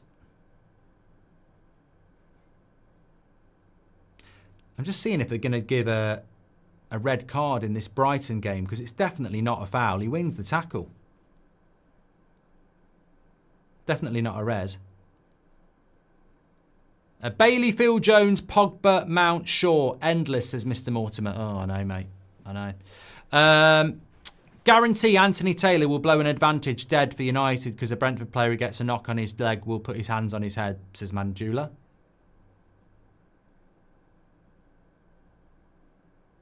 Looking forward to the Europa final. How many Man United players would make it into Tottenham's squad, says Ange. I don't think it really matters how many players get into your squad or how many of your players get into our squad. We're both shit. And it's basically, if we're both in the final, it's who can rescue their season, isn't it? Can you call Charlotte a prat, says Lucas. You're a prat, Charlotte. Rasmus is warming up. I mean, this is a player I would not bring on. I would not bring Rasmus on. What is the point in that? Like, if he gets injured, we got no one. Like, you can't even play Obi in the Europa League. So, I just wouldn't be doing it. I can't believe we've got 4 more Premier League games, actually. I just... Good play by Agate. I think he's had a decent game. I tell you what, I guarantee you in the player ratings, Agate will get like a 5.5 maximum. And he's actually had a good game. He's actually probably been our best player. But I guarantee agenda and people who just don't want to move past that, they'll give him a shit score. I actually think he's had a good game. Yeah, he's got booked. Robert McCormack saw that. But he's going to get booked. He's going to get booked, isn't he? Because he's going to get overrun. But I think he's actually had a good game. There's Ahmad. Goes past his man. Oh, he could have got a penalty there. He won't get one, though.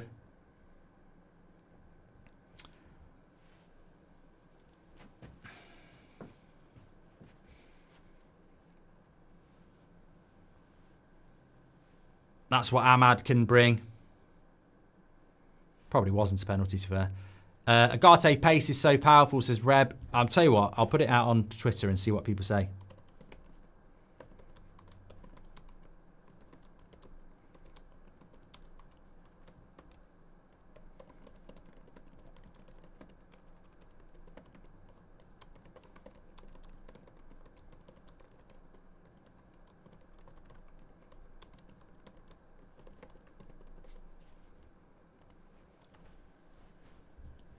Highest we can finish now is 12th, provided we win all our games and other teams in the bottom half lose theirs. Who cares about the league, says Jazza. Exactly. Momentum is key. We will see next season, Mark, says Dean H. Ross says, if United were offered 17th guaranteed in the league next year, would you take it? Are you having a laugh? Are you having a laugh? Do you think you're funny? You think you're funny coming on here with chat like that? Who do you think you are? Piss off.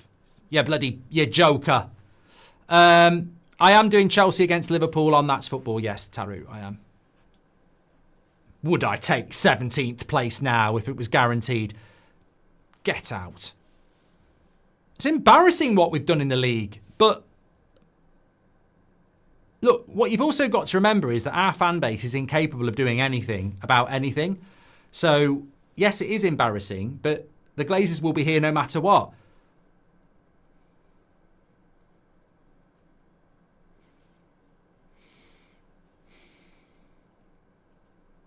Can't believe Anthony Gordon doesn't start games for Newcastle. Coming on now. Any chance you can read my first half super chat? Probably not, Govo. It's a watch along, and if they get missed, unfortunately, as we've said for years, we try to read all of them, but there's some that slip through. I'm sorry about that. I am doing the Chelsea game, yes. A lot of mistakes from the youth, says David Moore. Look, we look a little bit more solid with Yoro on now because... I Obviously, Luke Shaw was a bloody liability at the back. Manu seems to be growing into the game a little bit more. Eriksen's coming on. If he takes Agate off for Eriksen now, though, we're going to lose the midfield, aren't we? And this is the problem, isn't it? Is he going to take Mount off because Mount can't play for an hour? I mean, don't take Mount off. If you're taking Agate off, it's to manage minutes. You can't take Mason Mount off. He can't be back for 2 months and only play an hour. So, I don't know. I don't know what this is going to be.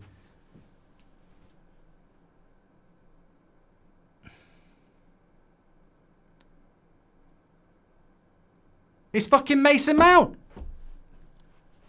Mason Mount after fucking 55 minutes. Is that all Mount can do?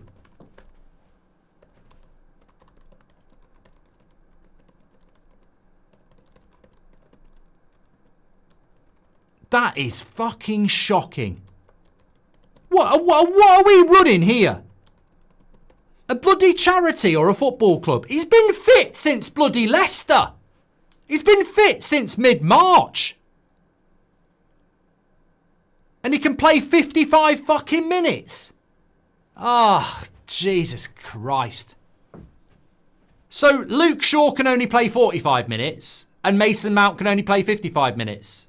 And that's 450 grand a week.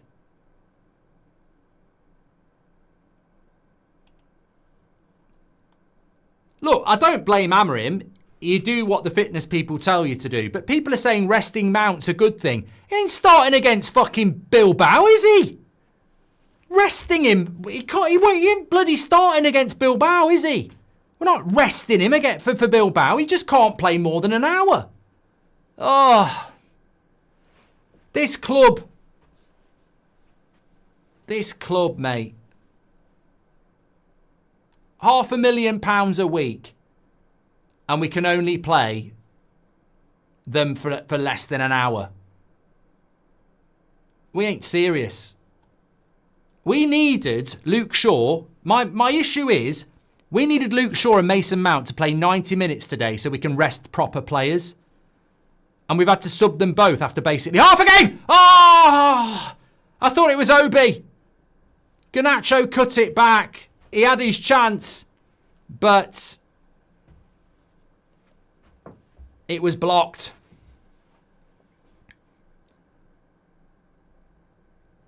We look better defensively now, though, with Yoro and Maguire. It's just the injury thing, isn't it? Mount's meeting Shaw in the Bishop's Blaze now, says Luke82. Clive says, can you call me a prat? I washed and blow-dried my daughter's hair solo today. I deserve a shout-out, says Clive. Well done.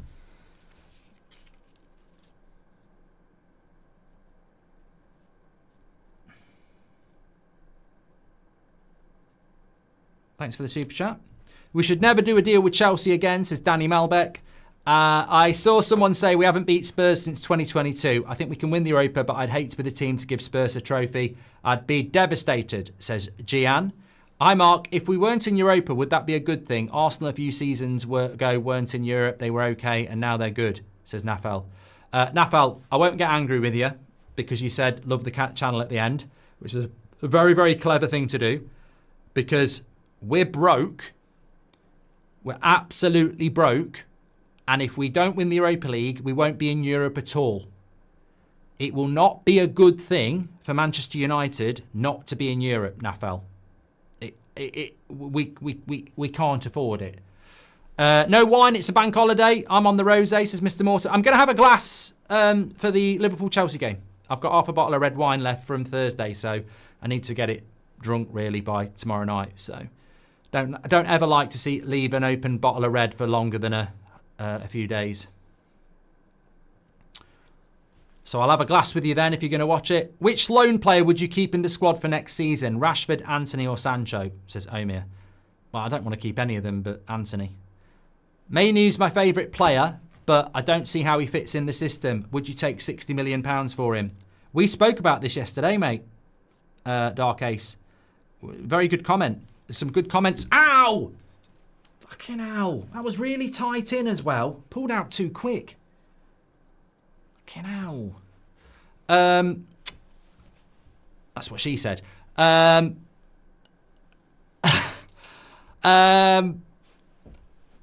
dear. Oh God. I should do stand up. Yeah, really good comment about Mainu. We spoke about it yesterday. I'm a huge fan of Mainu. I think he's such a talented player, but where does he fit in to the system is a good point. I still think there's a lot. See, Garnacho there now. This is the problem when we're losing. Garnacho starts trying to do it himself. He's got the ball there in a good position, tries to take someone on. Well done. Agate again. Covering Fredrickson.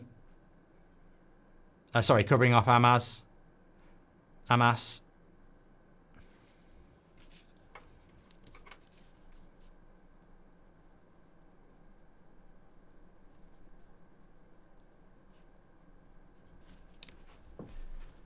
Would you take 2 players from Brentford? If so, who? Says Moodley. Wizza and Mbumo, 100%. Yeah, Wizza would be a decent option up front, and Mbumo would be a very good player, of course. Are you going to come to visit Stockholm to watch Man United play Leeds? Says Rari. I do want to go to Stockholm. I don't know whether I'll be going for that, though.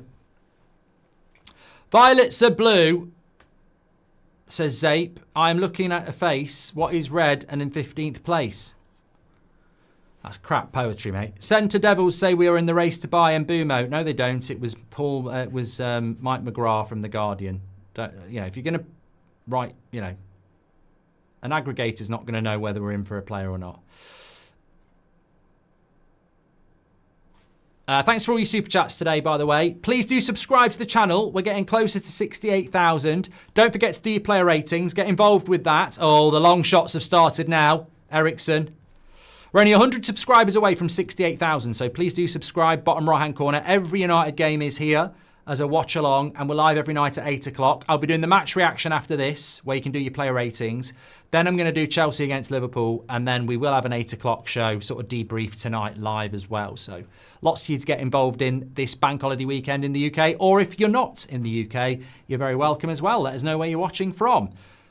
2-1 to United. Story of the game. United went ahead with a well-constructed goal, their only real chance of the game. And then we've basically been bullied by Brentford.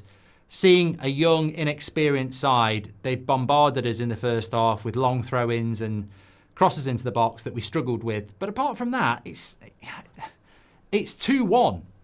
I mean, I know there's people out there, strange people, who just seem to want to see the world burn when it comes to Man United and moan. But if we could get out of this game with a 2-1 loss, it's not even that bad, is it? I mean, nobody wants to lose, but with the team that we've picked, 2-1's not the end of the world.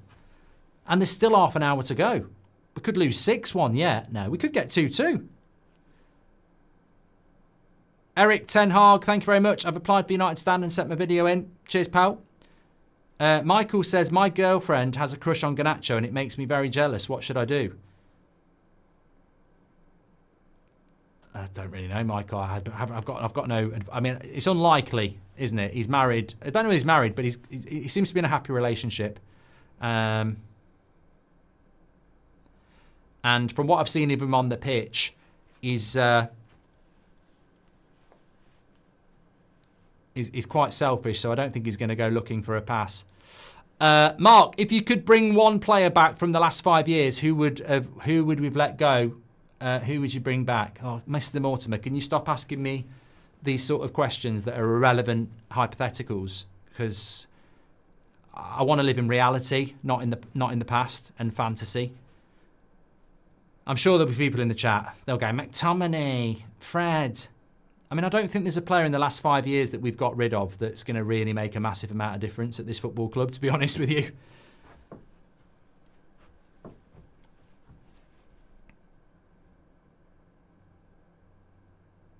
Cameron says, if Kane wins the trophy, he breaks the Spurs curse for the final. Ross says, United's defence has been screwed more than Lily Phillips this season. If you know, you know. I live in Plymouth, says Simon. Well, we won't hold that against you. And the weekend we were invaded by 20,000 Leeds fans. Local businesses did well, though. Shame Plymouth got relegated. Thanks, Simon.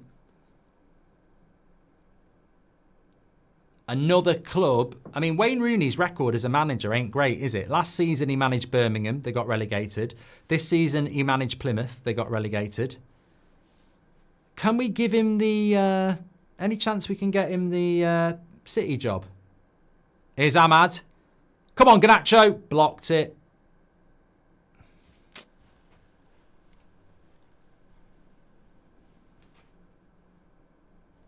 Going back to what Mr. Mortimer said, if I could bring a player back from the last 5 years who we've let go, if I could bring them back what they were like, not what they are now, I think I would be talking Ronaldo, Cavani, people like that. Nice ball into Amas. Take a touch. It was a lovely ball by Ericsson, but he couldn't keep the shot down. But it was a nice play. Fuhad says, why has England got more pundits than coaches? And Jurgen says, any worries for Bilbao as they've now to lose? They've got a big game today, Bilbao.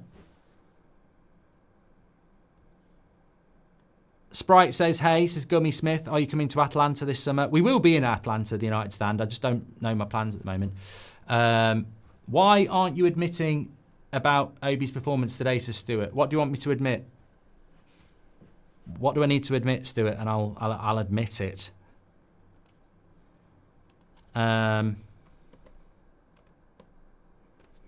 Athletic Club are playing Sociedad today, away from home, and they're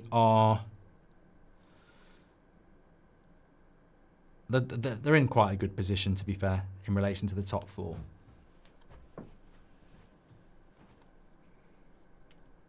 Mr. Mortimer likes Sabitzer. Orange says, a player can only be a legend when he's retired. Dan5 says, my girlfriend has a crush on Maguire. She brings a stone slab into bed and kisses it on the forehead each day, and it makes me jealous. Thank you very much. Obi's getting fed up with no service now, throwing his hands up at other players not looking at him. So Stuart Walker, mate, it was inevitable.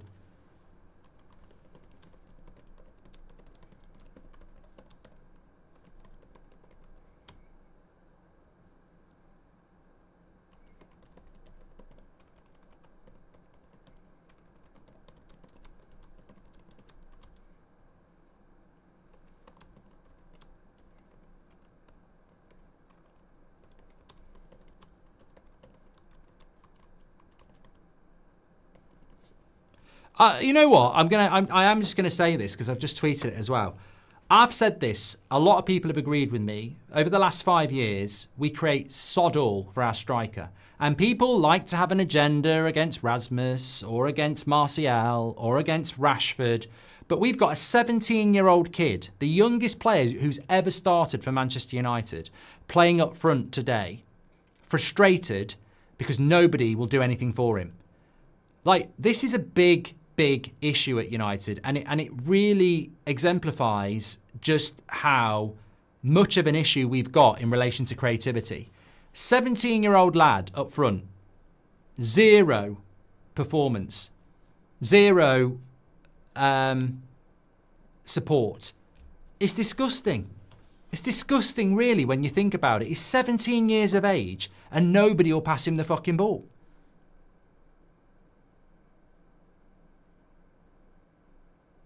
What chance have you got? They should be looking out for him. You know, I remember when Makeda was playing for Man United, you know, they were trying to get the ball to him. They were, you know, trying to help him out. Same with Ronaldo on the wing. Goal, Brentford, 3-1. Guy on the back post again. Second goal. Never knew anything about him. Another cross. Dracula FC. It's not even a good cross. All they're doing is hanging it up to the back post. It's so shit. It's so shit.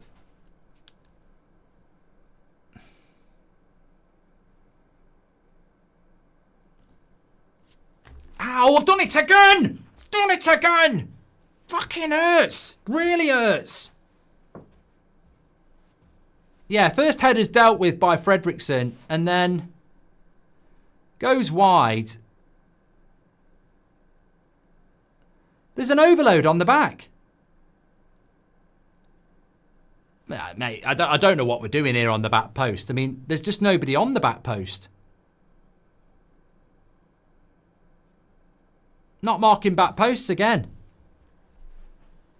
Look, I suppose when you look at it, we've obviously...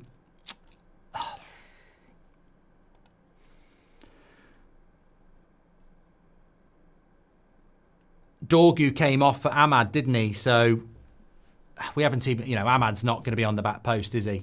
I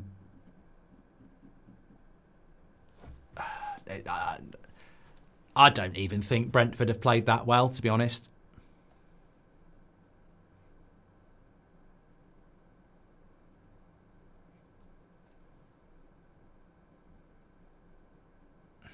Oh dear. Manchester United going to win the Europa League, says Sam. I'm so sick of this team, says Henry. Oh, Stuart says, Obi's been rubbish, can't dribble to save his life. He's a centre forward, mate.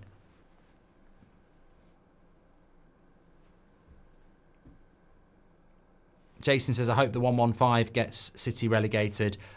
Trina says, hello from LA. Out of curiosity, what do you think the player's relationship is with Amorim? So it's very good, Trina. It's very good. I mean, obviously, there needs to be a lot of changes. But, yeah, the relationship is good.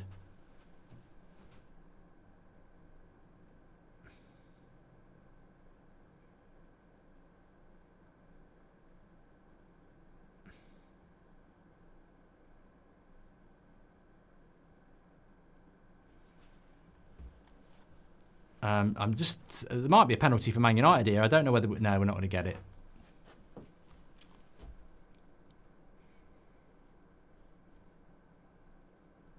Painful watch, Mark, but I hope you're all right, pal, says Murray. Look... Fortunately, I said at 1-1 in the first half, read the comments in the match reaction, because all the Amorim outers will be here.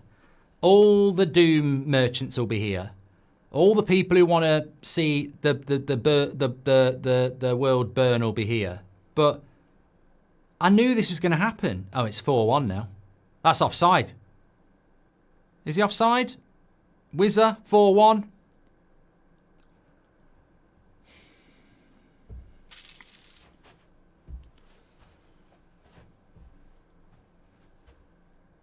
Shambolic, really. It's probably why he didn't pick Onana, isn't it? It probably is. He probably knew this was going to happen, to be fair. I tell you what, it does bother me. I take no satisfaction at all in saying it's only the Europa League that matters. But where's Johnny Evans as well? Where's Johnny Evans been? Can he not play games of football anymore? Like, he'd be useful in a game like this.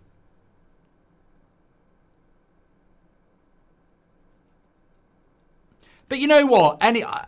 There'll be people tuning in because they'll be like, oh, United are losing. Let's see what Goldbridge is doing. But honestly, I don't... He might be offside. No, I don't think he is offside. I think any United fan who's screaming and shouting is no good for this football club, because that is our reserves against a decent Brentford side that like literally is our reserves. Like, there's a bunch of kids on the pitch. I can't really say, I can't believe it. I can't believe we're losing to Brentford 4-1, because I can believe it. I can believe it. I can easily believe it. I don't think it's offside. They're checking it on VAR. If we lose this score on Thursday, we're out, says Dean. You can't do maths very well. 4-1 plus 3 is 4-all. It's extra time. Sometimes I dream that we were sold, debt gone, and dead weight players sold. Then I wake up, says Inquisition. Robbo wants Southgate. And Man United hasn't had a quality number 8 in over 15 years, says Af. Bienda's positioning is dire, always scrambling, says Jose. Someone just, I can't read that. Leon Watson's gifted a membership. Thank you, pal. Back to reality, Mark, says Glenn. It's not back to reality, is it? I expected this. Lindelof's coming on now. Our team are 80% midgets and 10% dwarves, says Hambo. If I had £1 for every time we concede because no one is marking the post, then I would buy United, says Robert. Just subbed. Interested to hear what your top 3 realistic signings you'd want for next season, says Angelica. Striker, Gyökeres. Obviously, I want Cunha, and a midfielder would be good as well. Look, there's some people I expected better from today, but I wouldn't have expected better from Fredrickson, Obi, or Amas. I'd have expected better from Luke Shaw. I'd have expected better from Garnacho, Mainu. But in a way, 2 of those players are still young, aren't they, as well? Look, a lot of people yesterday on the evening show were saying they want to see Ahmad play at right wing back. That's the problem with it. We need a right wing back at the moment. We don't play a system where you can play a winger.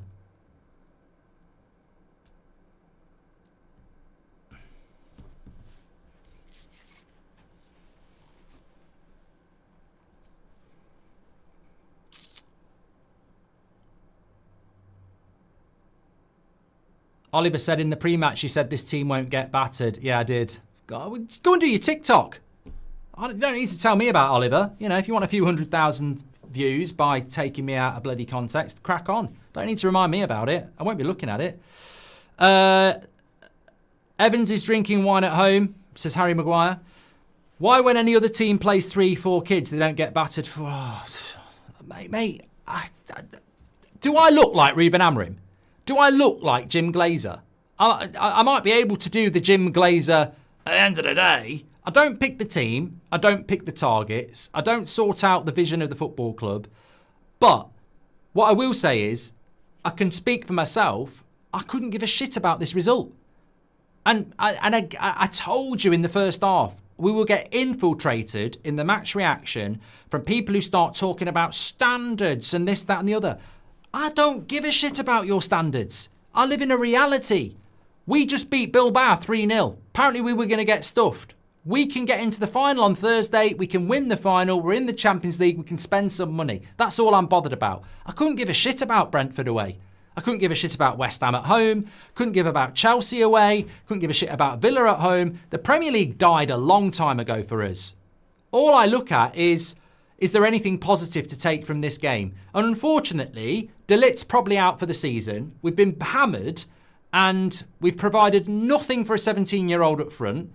And some of our young players are probably going to be walking off the pitch damaged goods because they've been battered. So there's not a lot we can take from the game, really, is there? It's been an absolute waste of time. But what are we supposed to do? Pick the strong team, get a 3 or 4 more injuries, and then fuck up the Europa League? We're in a position where it's shit, but I don't want to play these games. I don't want to pick Bruno Fernandes. I don't want to pick Lenny Yoro. I don't want to pick Rasmus. I don't want to pick Garnacho. I don't want to pick Casemiro. I don't want them on the pitch. I don't want any of our best players on the pitch at all, because the only game that matters is Bilbao in the final. I don't care about the Premier League because that's the situation we've been put into. And the post-mortem will have to take place in the summer if and when we've won the Europa League. This is embarrassing, Mark. You can't keep saying the Premier League doesn't matter. The manager isn't showing any signs of positivity in the league matches. Aldo, can you look at the team? Can you look at the team selection, please? Stop being a hypocrite. Look at the team selection. We need standards. Southgate in, says Ollie. Love it how the views go up by 10k when we're losing, says Jacob. The Pratt's saying back to reality. This is reality. We have no squad depth and those we have are not good enough. This is reality and there is no quick fix. The toxic element needs to wake up. Bring on Thursday, says Martin Saunders. What an amazing comment. I love how people are making such a big deal about this game. It's our bench. Everyone needs to relax. This result means nothing, says Nick. It's been hard to watch Mainu this season. He's one of the only likeable United players and he's been sadly mediocre. We're losing on Thursday, says Stuart. Would you want Wizard at United, says Curtis? I've already said yes. Worse than Ten Hag and Ollie. 3 centre-backs don't work. Oh my God. 3 centre-backs don't work. So why are we in the Europa League final then? Why did we go to Bilbao and win 3-0 against a really good team? Come on. Our reserves can't beat Brentford. We just went and beat Bilbao, mate. We have to win the Europa League now, says Pure Turnip. We had to win the Europa League at Christmas. Heaven going to be back anytime soon? No idea, MD. Losing 4-1 before a big game is bad momentum. Don't think it is. I don't think it is. I miss Fellaini, Mount, Ericsson, Shaw, Lindelof. I can't wait to just get that glass of wine. I just can't wait.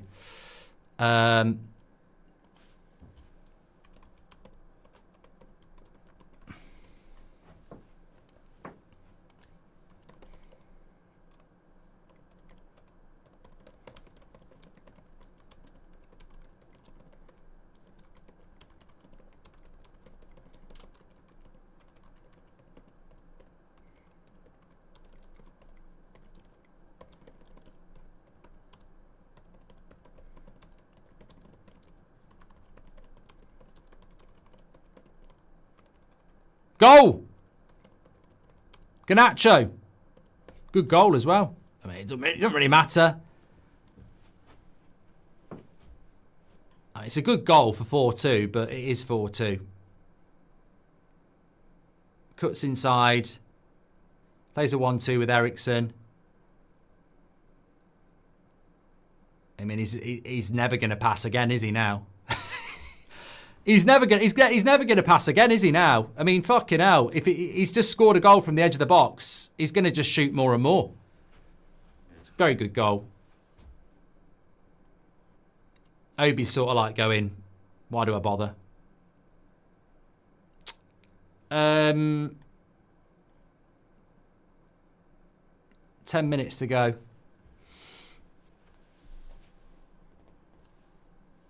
Mark, I am coming all the way from India to watch the second leg, says Ashish. We're going to lift the Europa League, says Harry. I'm super pumped for Bilbao, and I think we can pull off some magic with Ahmad and Bruno, says Trina.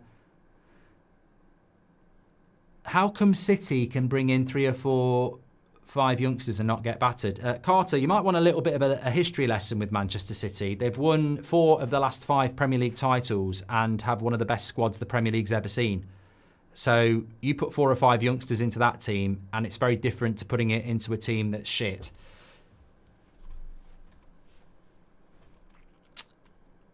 Basically. Well, go to Brentford for goals this season. Always been the way.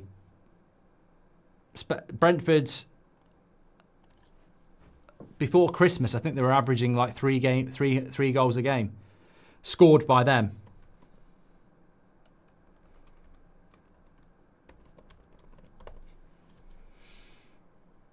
Anyway, don't forget to do your player ratings. I think Agate's my man of the match. I mean, you could give it to Garnacho with a goal and an assist, actually, couldn't you? Maybe Garnacho is man of the match, really. Goal and an assist.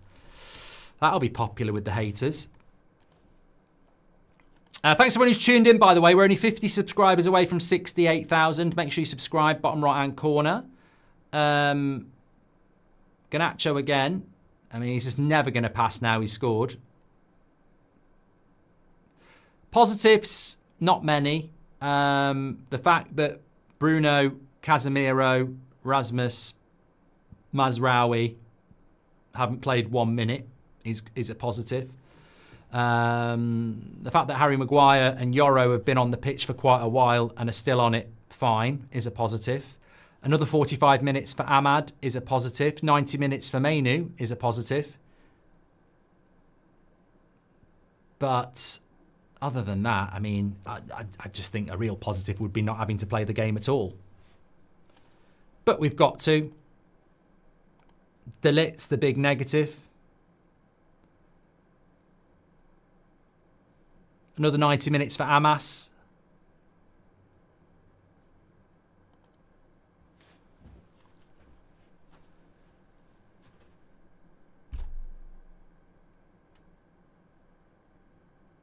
Don't put crosses into the box.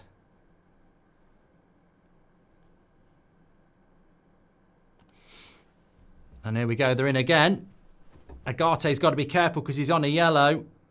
And that's fine. That's fine. I've got the same mentality for Arsenal. It's all about the Champions League, says Bills. Same United fans moaning about kids playing would have moaned if Amrin didn't rest players, says Christopher Bailey.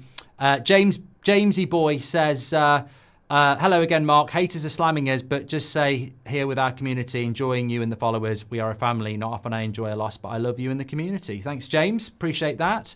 This is exactly what Amrin meant when he said storms are coming. Think people need to chill their tits a little bit. Oh, mate, 100%. 100%. It's just, it's always the same. It's always about context, and it's all about when you beat Bilbao and you say Brentford doesn't matter. Everyone goes, yeah, you're right. And then predictably, you get beat by Brentford. Amrim out. Some people just have very low patience. They just can't deal with a longer term solution. Do you think he's trying to be like Yamal with the saggy shorts, says Zion? Losing 4-1 is bad for momentum. Since when have this United side had any momentum, says Calvin? Results is not bad because of the West Ham game, says Pure Turnip. Ryan says the Europa League is a joke of a competition. You don't care about the Premier League because 15th place finish wants to be ignored. Really hurts, says Ryan. Okay, don't really know what that means. But what's your agenda against fans with agendas, says Bread. Don't know what that means. It surprised myself, but I think Maguire, Lindelof with experience can help in the final, says Tom. Thank you very much. When Amrim came in November, I definitely did not expect us to be 15th. Give him the summer, but he has been very disappointing, says R-Food. As long as West Ham draw, this result's not that bad. But as I said before, we need the Europa, says Pure Turnip. Thanks, everyone who subscribed, by the way. We're getting very close to 68,000.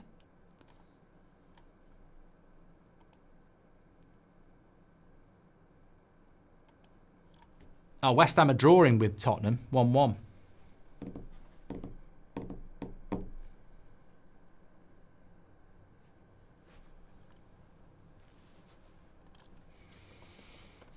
Who gives a toss? Newcastle about to get a late penalty. Have got a late penalty here.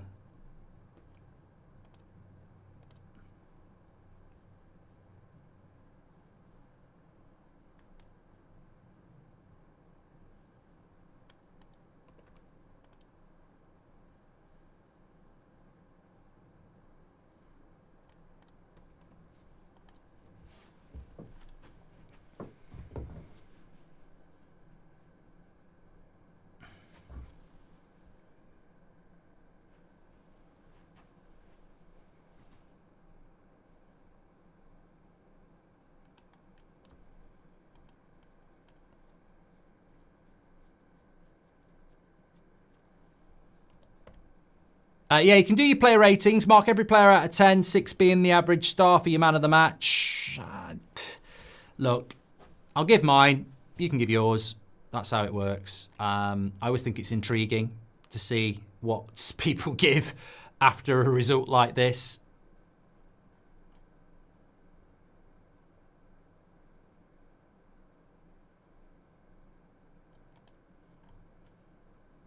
Scan the QR code if you want to do yours.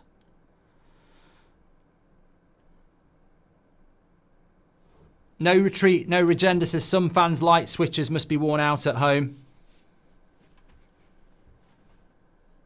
Are you not concerned this system doesn't suit players like Garnacho and Mainu? The players are our future. This change without selling them.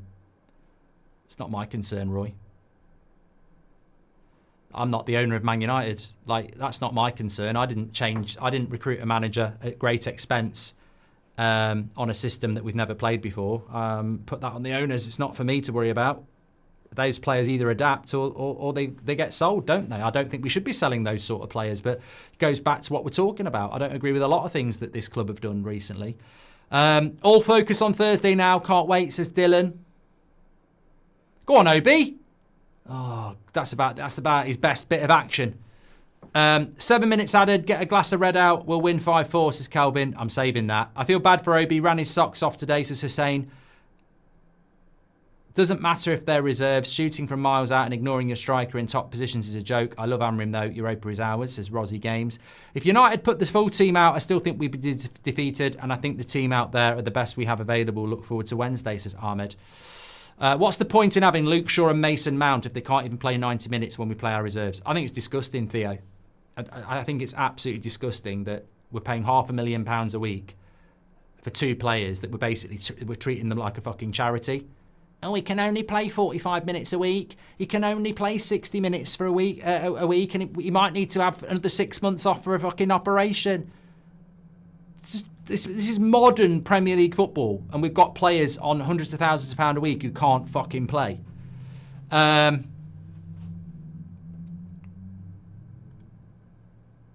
Paul Coleman says, relax.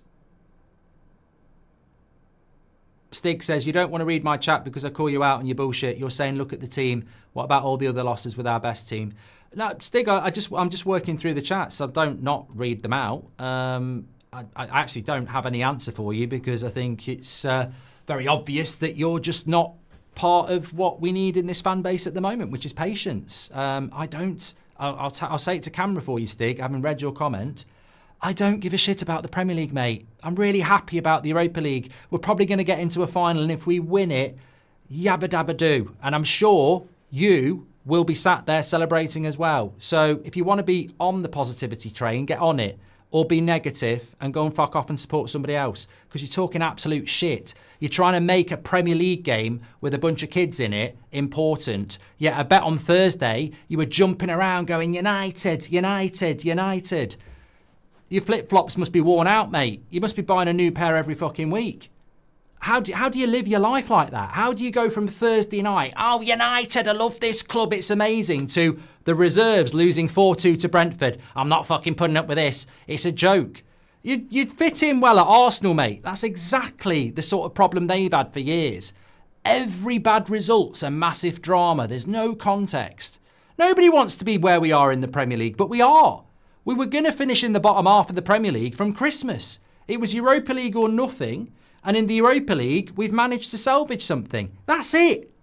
It's a shit season. We all know it's a shit season. But we support Manchester United. And there is still an opportunity to win a Europa League. And I don't think it serves... I think intelligent people have figured out moaning and slating the manager and the players when we've still got a chance of winning the Europa League is probably counterproductive.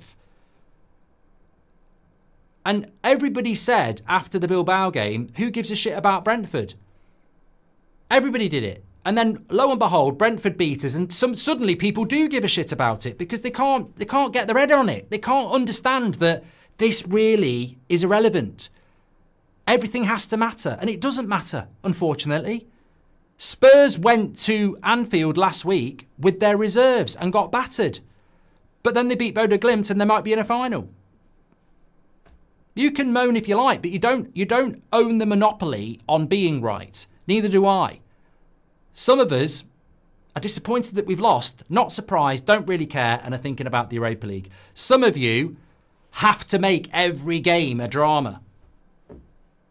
Oh, yeah, with the United, we beat Bilbao 3-0. Ah. Oh, we've lost to Brentford, I can't believe it. Get sacked the manager, get rid of him. And, you know, some of us just aren't like that. Some of us are a little bit more reality. Go on, Ahmad. Straight. Hey, 4-3. Get the ball. Get the ball. Get the ball. How long's left? Still time. Come on. Sprint. Get the ball. 4-3's not even a bad result, is it? Shut up, you moaning twats. Come on. It's not even a bad result. 4-3. Oh, my God. It's the end of the world. Oh, it's terrible. Oh, unbelievable. How shit. Oh, my God. How will we sleep tonight? 4-3 away to Brentford in a game that we don't really care about. I'll take that. I didn't give a shit about 4-1. 4-3. I'll take that. I'm not that bothered.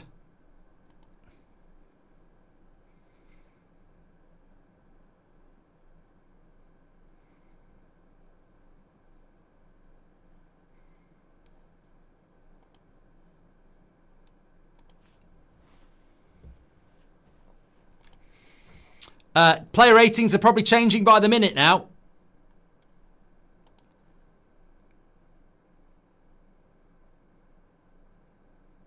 I think the keeper should have done a little bit better on that, yeah. Dende says, I'm from Lithuania. I love the community. Thank you, pal. Parker, I know I shouldn't get involved. Thank you. Marlow, sorry. You're offered Man United's job. Would you take it, says Lachlan. Well, I wouldn't want Amrim. I wouldn't get Amrim sacked for it. Rossi says, the British Red Cross called. They want Shaw and Mount. I need a haircut, says the United Strand. Mate, how many wins in a row have they got to do? 3 or 5? OTG says, if we win the Europa League, no one will remember this game. Exactly. Exactly. HJ says, apparently we don't care about losing anymore. No. You see, this is what I mean about absolutes. People who just can't live in the amber zone. No United fan is saying that they don't care about losing.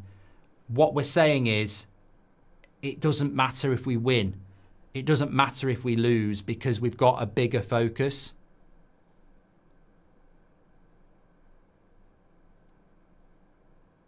Look, De Ligt's just gone and got injured and might be out for the season.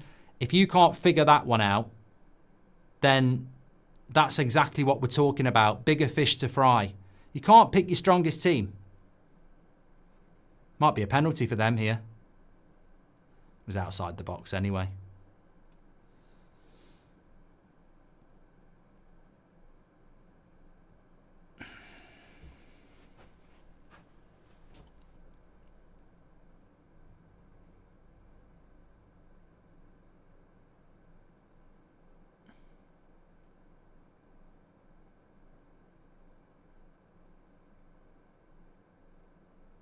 Final whistle goes 4-3 to Brentford. I don't think Amrin will be particularly happy with that. I don't think any Man United fans particularly happy about that.